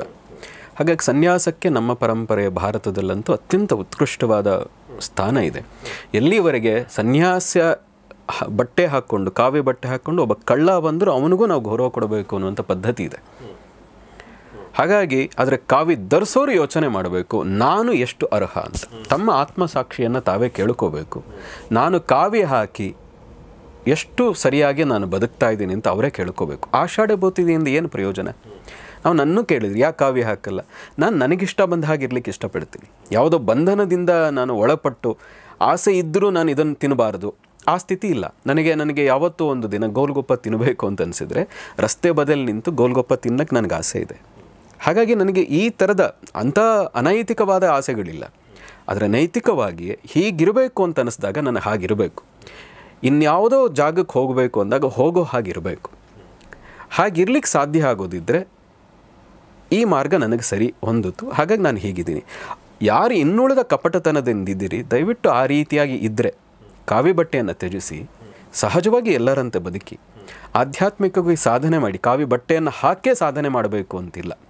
ನೀವು 100 ಜನಕ್ಕೆ ದ್ರೋಹ ಮಾಡಿ, ಆತ್ಮದ್ರೋಹ ನಿಮಗೆ ನೀವೇ ಮಾಡ್ಕೊಳ್ತೀರಿ. ಶಿವರಾಮ್ ಕಾರಂತರದೊಂದು ಮಾತಿದೆ, ಬೇರೆಯವರಿಗೆ ದ್ರೋಹ ಮಾಡಬೇಕಾದ್ರೆ ತನಗೆ ತಾನು ದ್ರೋಹ ಮಾಡ್ಕೊಳ್ಳೋದನ್ನು ಕಲ್ತಿದ್ರೆ ಮಾತ್ರವೇ ಇನ್ನೊಬ್ಬರಿಗೆ ದ್ರೋಹ ಮಾಡೋಕ್ಕೆ ಸಾಧ್ಯ. ತನಗೆ ತಾನು ಸುಳ್ಳು ಹೇಳ್ಕೊಳ್ಳೋದು ಕಲ್ತಿದ್ರೆ ಮಾತ್ರ ಇನ್ನೊಬ್ಬರಿಗೆ ಸುಳ್ಳು ಹೇಳಲಿಕ್ಕೆ ಸಾಧ್ಯ. ಹಾಗಾಗಿ ನಿಮ್ಮ ಆತ್ಮಕ್ಕೆ ನೀವೇ ದ್ರೋಹ ಮಾಡ್ಕೊಳ್ತಾ ಇರೋದ್ರಿಂದ ಇದಕ್ಕೆ ಯಾವ ಅರ್ಥ ಇದೆ? ಹಾಗಾಗಿ ನಾನು ಅಂತಹ ಮಾರ್ಗದಲ್ಲಿ ಯಾರಾದರೂ ಇದ್ದರೆ ಕಾವಿಯನ್ನು ಧರಿಸಿ ಅವರೆಲ್ಲರಿಗೂ ವಿನಮ್ರವಾಗಿ ಕೇಳ್ತೀನಿ. ನಾನು ಎಷ್ಟು ದೊಡ್ಡ ಮನುಷ್ಯನೋ ಗೊತ್ತಿಲ್ಲ ನಿಮಗೆ ಕೇಳುವಷ್ಟು, ಆದರೆ ಕೇಳ್ತೀನಿ, ನೀವು ಅಂತಹ ಕಪಟತನದಿಂದ ಸನ್ಯಾಸ ಹಾಕ್ಕೊಂಡು ದ್ರೋಹ ಮಾಡಿದರೆ ಇನ್ನು ಉಳಿದವ್ರಿಗೂ ಅದೇ ಕಳಂಕವನ್ನು ಮೆತ್ತದಾಗ ಆಗ್ತದೆ. ನೋಡಿ, ನಾನೊಂದು ಕತೆ ಕೇಳಿದ್ದೆ, ಅದನ್ನು ನನ್ನ ಜೀವನಕ್ಕೆ ಅಪ್ಲೈ ಮಾಡ್ಕೊಳ್ತೀನಿ ಯಾವಾಗಲೂ. ಹಿಂದೆ ಕೇಳಿದ್ದೆ, ಇಬ್ಬರು ಸ್ನೇಹಿತರು, ಪಕ್ಕಪಕ್ಕದ ರಾಜರು. ಆದರೆ ಒಬ್ಬ ರಾಜನ ಹತ್ರ ಒಳ್ಳೆಯ ಕುದುರೆ ಇತ್ತು, ಭಾಳ ದಷ್ಟಪುಷ್ಟವಾದಂತಹ ರಾಜ ಗಾಂಭೀರ್ಯ ಅಂತ ಏನು ಹೇಳ್ತಾರೆ ಆ ರೀತಿಯಾದಂತಹ ಅಶ್ವಮೇಧ ಯಾಗಕ್ಕೆ ಬಳಸಬಹುದಾದಂಥ ಒಂದು ಅದ್ಭುತವಾದ ಕುದುರೆ ಇತ್ತು. ಪಕ್ಕದ ಇನ್ನೊಬ್ಬ ಸ್ನೇಹಿತ ಯಾವಾಗಲೂ ಕೇಳ್ತಾ ಇದ್ದೆ, ಎಂತಹ ಕುದುರೆ ನಿಂದು, ಎಂತಹ ಕುದುರೆ ಇಟ್ಕೊಂಡಿದ್ದು ನಾನು ಕೊಡು ಅಂತ. ಇಲ್ಲ ಇದನ್ನು ನಾನು ತುಂಬ ಪ್ರೀತಿಯಿಂದ ಸಾಕಿದ್ದೀನಿ, ನಾನು ಕೊಡೋಕ್ಕಾಗಲ್ಲ ಅಂತ. ಇವನು ಏನೇ ಕೇಳಿದ್ರು ಕೊಡಲಿಲ್ಲ. ಆದರೆ ಒಂದು ದಿನ ಅವನ ಸ್ನೇಹಿತರು ಏನು ಮಾಡ್ತಾ ಇದ್ದ, ಅವನ ದಿನಚರಿ ಹೇಗಿತ್ತು ಅಂತ ಗೊತ್ತಿತ್ತು. ಒಂದು ದೇವಸ್ಥಾನದ ಮುಂದೆ ಭಿಕ್ಷಕನಾಗಿ ಕೂತು ಎದ್ದು ಬಂದು ಹಾಗೆ ಮೂರ್ಛೆ ತಪ್ಪದಾಗ ಬಿದ್ದ. ಯಾರು? ಪಕ್ಕದ ರಾಜ್ಯದ ಅಶ್ವವನ್ನು ಯಾವಾಗಲೂ ಕೇಳ್ತಾ ಇದ್ನಲ್ಲ ನಾನು ಕೊಡು ಅಂತ, ಅವನು ಮಾರುವೇಷದಲ್ಲಿ ಬಂದು ಅವನು ಹೋಗಬೇಕಾದ್ರೆ ರಸ್ತೆನಲ್ಲಿ ಮೂರ್ಛೆ ತಪ್ಪಿ ಬಿದ್ದ. ಆ ರಾಜ ಅತ್ಯಂತ ಸದ್ಗುಣ ಸಂಪನ್ನ, ತನ್ನ ರಾಜ್ಯದ ಪ್ರಜೆ ಯಾರೋ ಬಿದ್ದಿದ್ದಾರೆ, ಅವನಿಗೆ ಏನಾದರೂ ಉಪಚಾರ ಮಾಡಬೇಕು ಅಂತ ಕುದುರೆಯಿಂದ ಹಿಡಿದು ಅವನನ್ನು ತೆಗೆದು ಕುದುರೆ ಮೇಲೆ ಹಾಕಿ ಅವನ ಆಯುರ್ವೇದ ಪಂಡಿತರ ಹತ್ರ ಕರ್ಕೊಂಡು ಹೋಗಬೇಕು ಅಂತ ಹಾಕಿ ಇವನು ಹತ್ತಬೇಕು ಅಂತಿದ್ದಾಗ ಅವನನ್ನು ತಳ್ಳಿ ಅವನು ಕುದುರೆಯನ್ನು ತಗೊಂಡು ಹೋಗ್ಬಿಟ್ಟು ಅಷ್ಟು ದೂರ ಹೋಗಿ ಹೇಳ್ತಾನೆ, ನೋಡಿದ್ಯಾ ಹೇಗೆ ನಿನ್ನ ಕುದುರೆಯನ್ನು ನಾನು ನನ್ನ ವಶಕ್ಕೆ ಪಡೆದೆ ಅಂತ.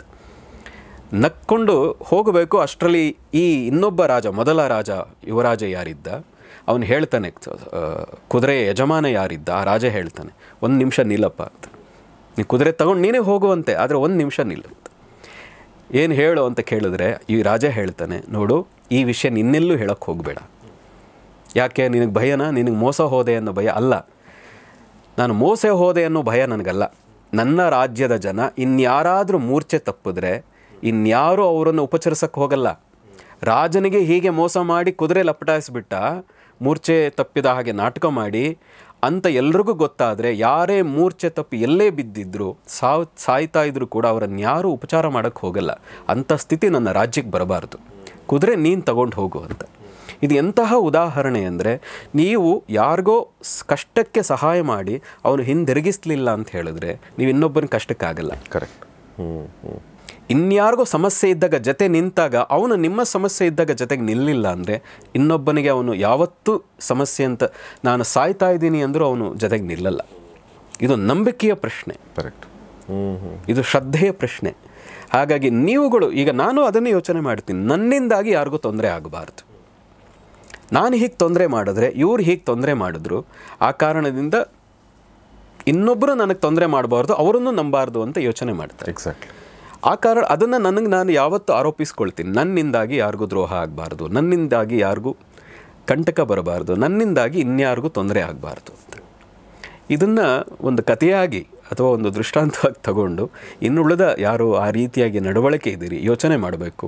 ಮುಂದಿನ ದಿನದಲ್ಲಿ ಯಾರೂ ನಂಬದೇ ಇರುವಂತಹ ಸ್ಥಿತಿ ಬಂದರೆ, ಅದರಲ್ಲೂ ಸನ್ಯಾಸಿಗಳ ಮೇಲೆ ಆ ಸ್ಥಿತಿ ಬಂದರೆ ಪ್ರಪಂಚದಲ್ಲಿ, ಅದರಲ್ಲೂ ಭಾರತದಲ್ಲಂತೂ ಬಹಳ ಅಧೋಸ್ಥಿತಿ ಆಗಿಬಿಡ್ತದೆ. Very true sir. ಈಗ ಒಂದು ಪ್ರಶ್ನೆ ಕೇಳಿದೆ, ಬಟ್ ಅದಕ್ಕೆ ನೀವು ಉತ್ತರದಲ್ಲಿ ಇನ್ನೂ ಸ್ವಲ್ಪ ನನಗೆ ಅಂದರೆ ಒಂದು ಸ್ಪೆಸಿಫಿಕ್ ಆಗಿ ಉತ್ತರ ಬೇಕು. ಬಹುಶಃ ಕೊಡೋಕ್ಕಾಗುತ್ತಿಲ್ಲ, ಗೊತ್ತಿಲ್ಲ. ಇನ್ ದ ಸೆನ್ಸ್, ಈಗ ಒಬ್ಬ ಸನ್ಯಾಸಿ ನೋಡಿದ್ರೆ ನಾವು ಗೌರವ ಪ್ರೀತಿ ನಮ್ಮದೇನು ಇರುತ್ತೆ ನಮಗೆ ಗೊತ್ತಾಗಲ್ಲ ಅಂತ ನಾನು ಹೇಳಿದ್ನಲ್ಲ, ಹೇಗೆ ಒಂದು ಏನಾದರೂ ಕ್ಲೂ ಕೊಡ್ಬೋದಾ ನಿಮಗೆ? ನೋಡಿ ಇಂಥವ್ರನ್ನ ಕಂಡ್ರೆ ಸ್ವಲ್ಪ ನೀವು ಕೇರ್ಫುಲ್ ಆಗಿರಿ ಅಂತ ಹೇಳಿ, ನೋಡಿ ಗುರ್ಸಕ್ಕಾಗಲ್ಲ ಅಂತ. ಖಂಡಿತ ಗುರುತಿಸಬಹುದು.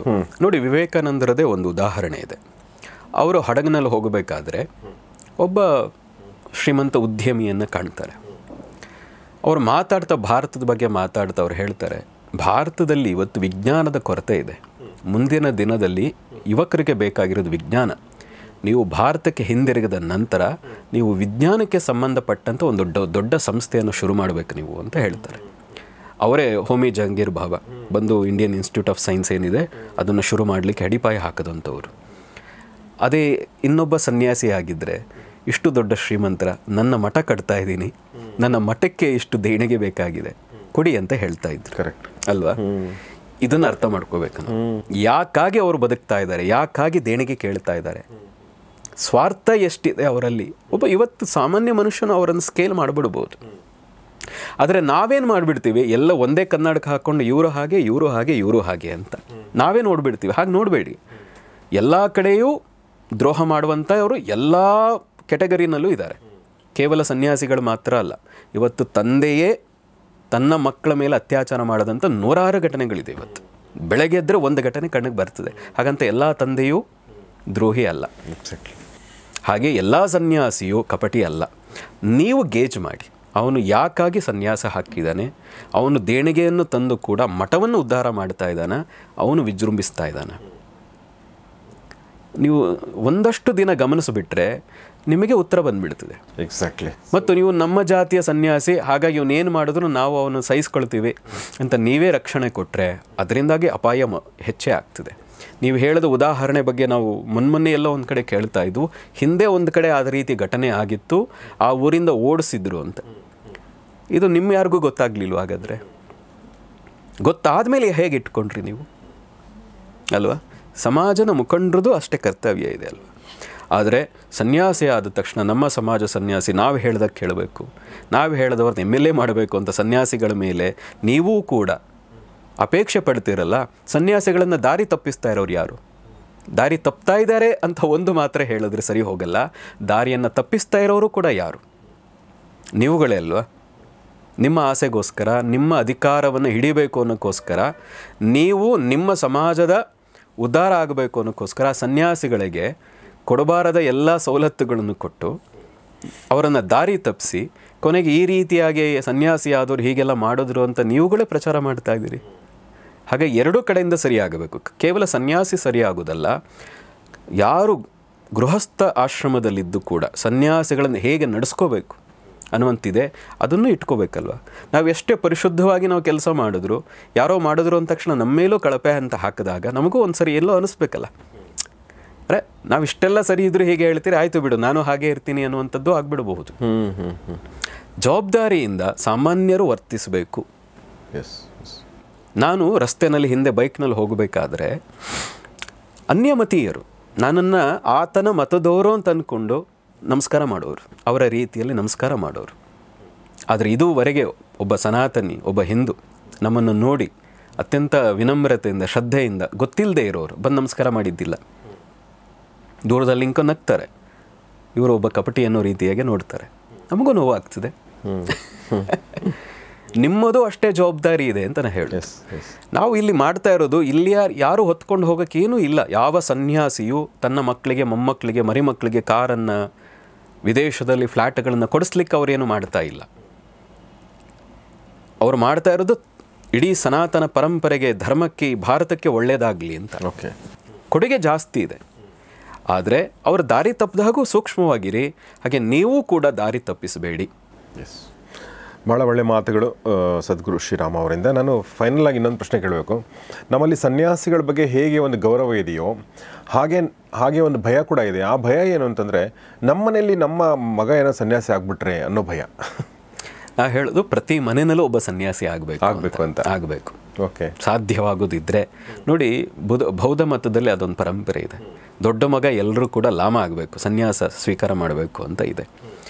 ಏನು ಲಾಸ್ ಆಗ್ತಿದೆ? ಯಾವುದೋ ನಾವು ನೋಡಿದ್ದೀವಿ, ಯಾವುದೋ ಒಂದು ಮಠಕ್ಕೋ ಅಥವಾ ಆಶ್ರಮಕ್ಕೋ ಅವರ ಮಗ ಹೋಗ್ಬಿಟ್ರೆ ಇವರು ಎಲ್ಲೋ ದಾರಿ ತಪ್ಪದ ಅನ್ನೋ ರೀತಿಯಲ್ಲಿ ತಂದೆ ತಾಯಿ ಗೋಳಿಡ್ತಾರೆ. ಅದೇ ಮಗ ಕುಡಿತ, ಇಲ್ಲೇ ಬೇಡದ ಎಲ್ಲ ಚಟಗಳನ್ನು ಇಟ್ಕೊಂಡು ತಂದೆ ತಾಯಿಗೆ ಅಷ್ಟು ನೋವು ಕೊಡ್ತಾ ಇದ್ದರು, ಅದು ತೊಂದರೆ ಅಲ್ಲ ಅವರಿಗೆ.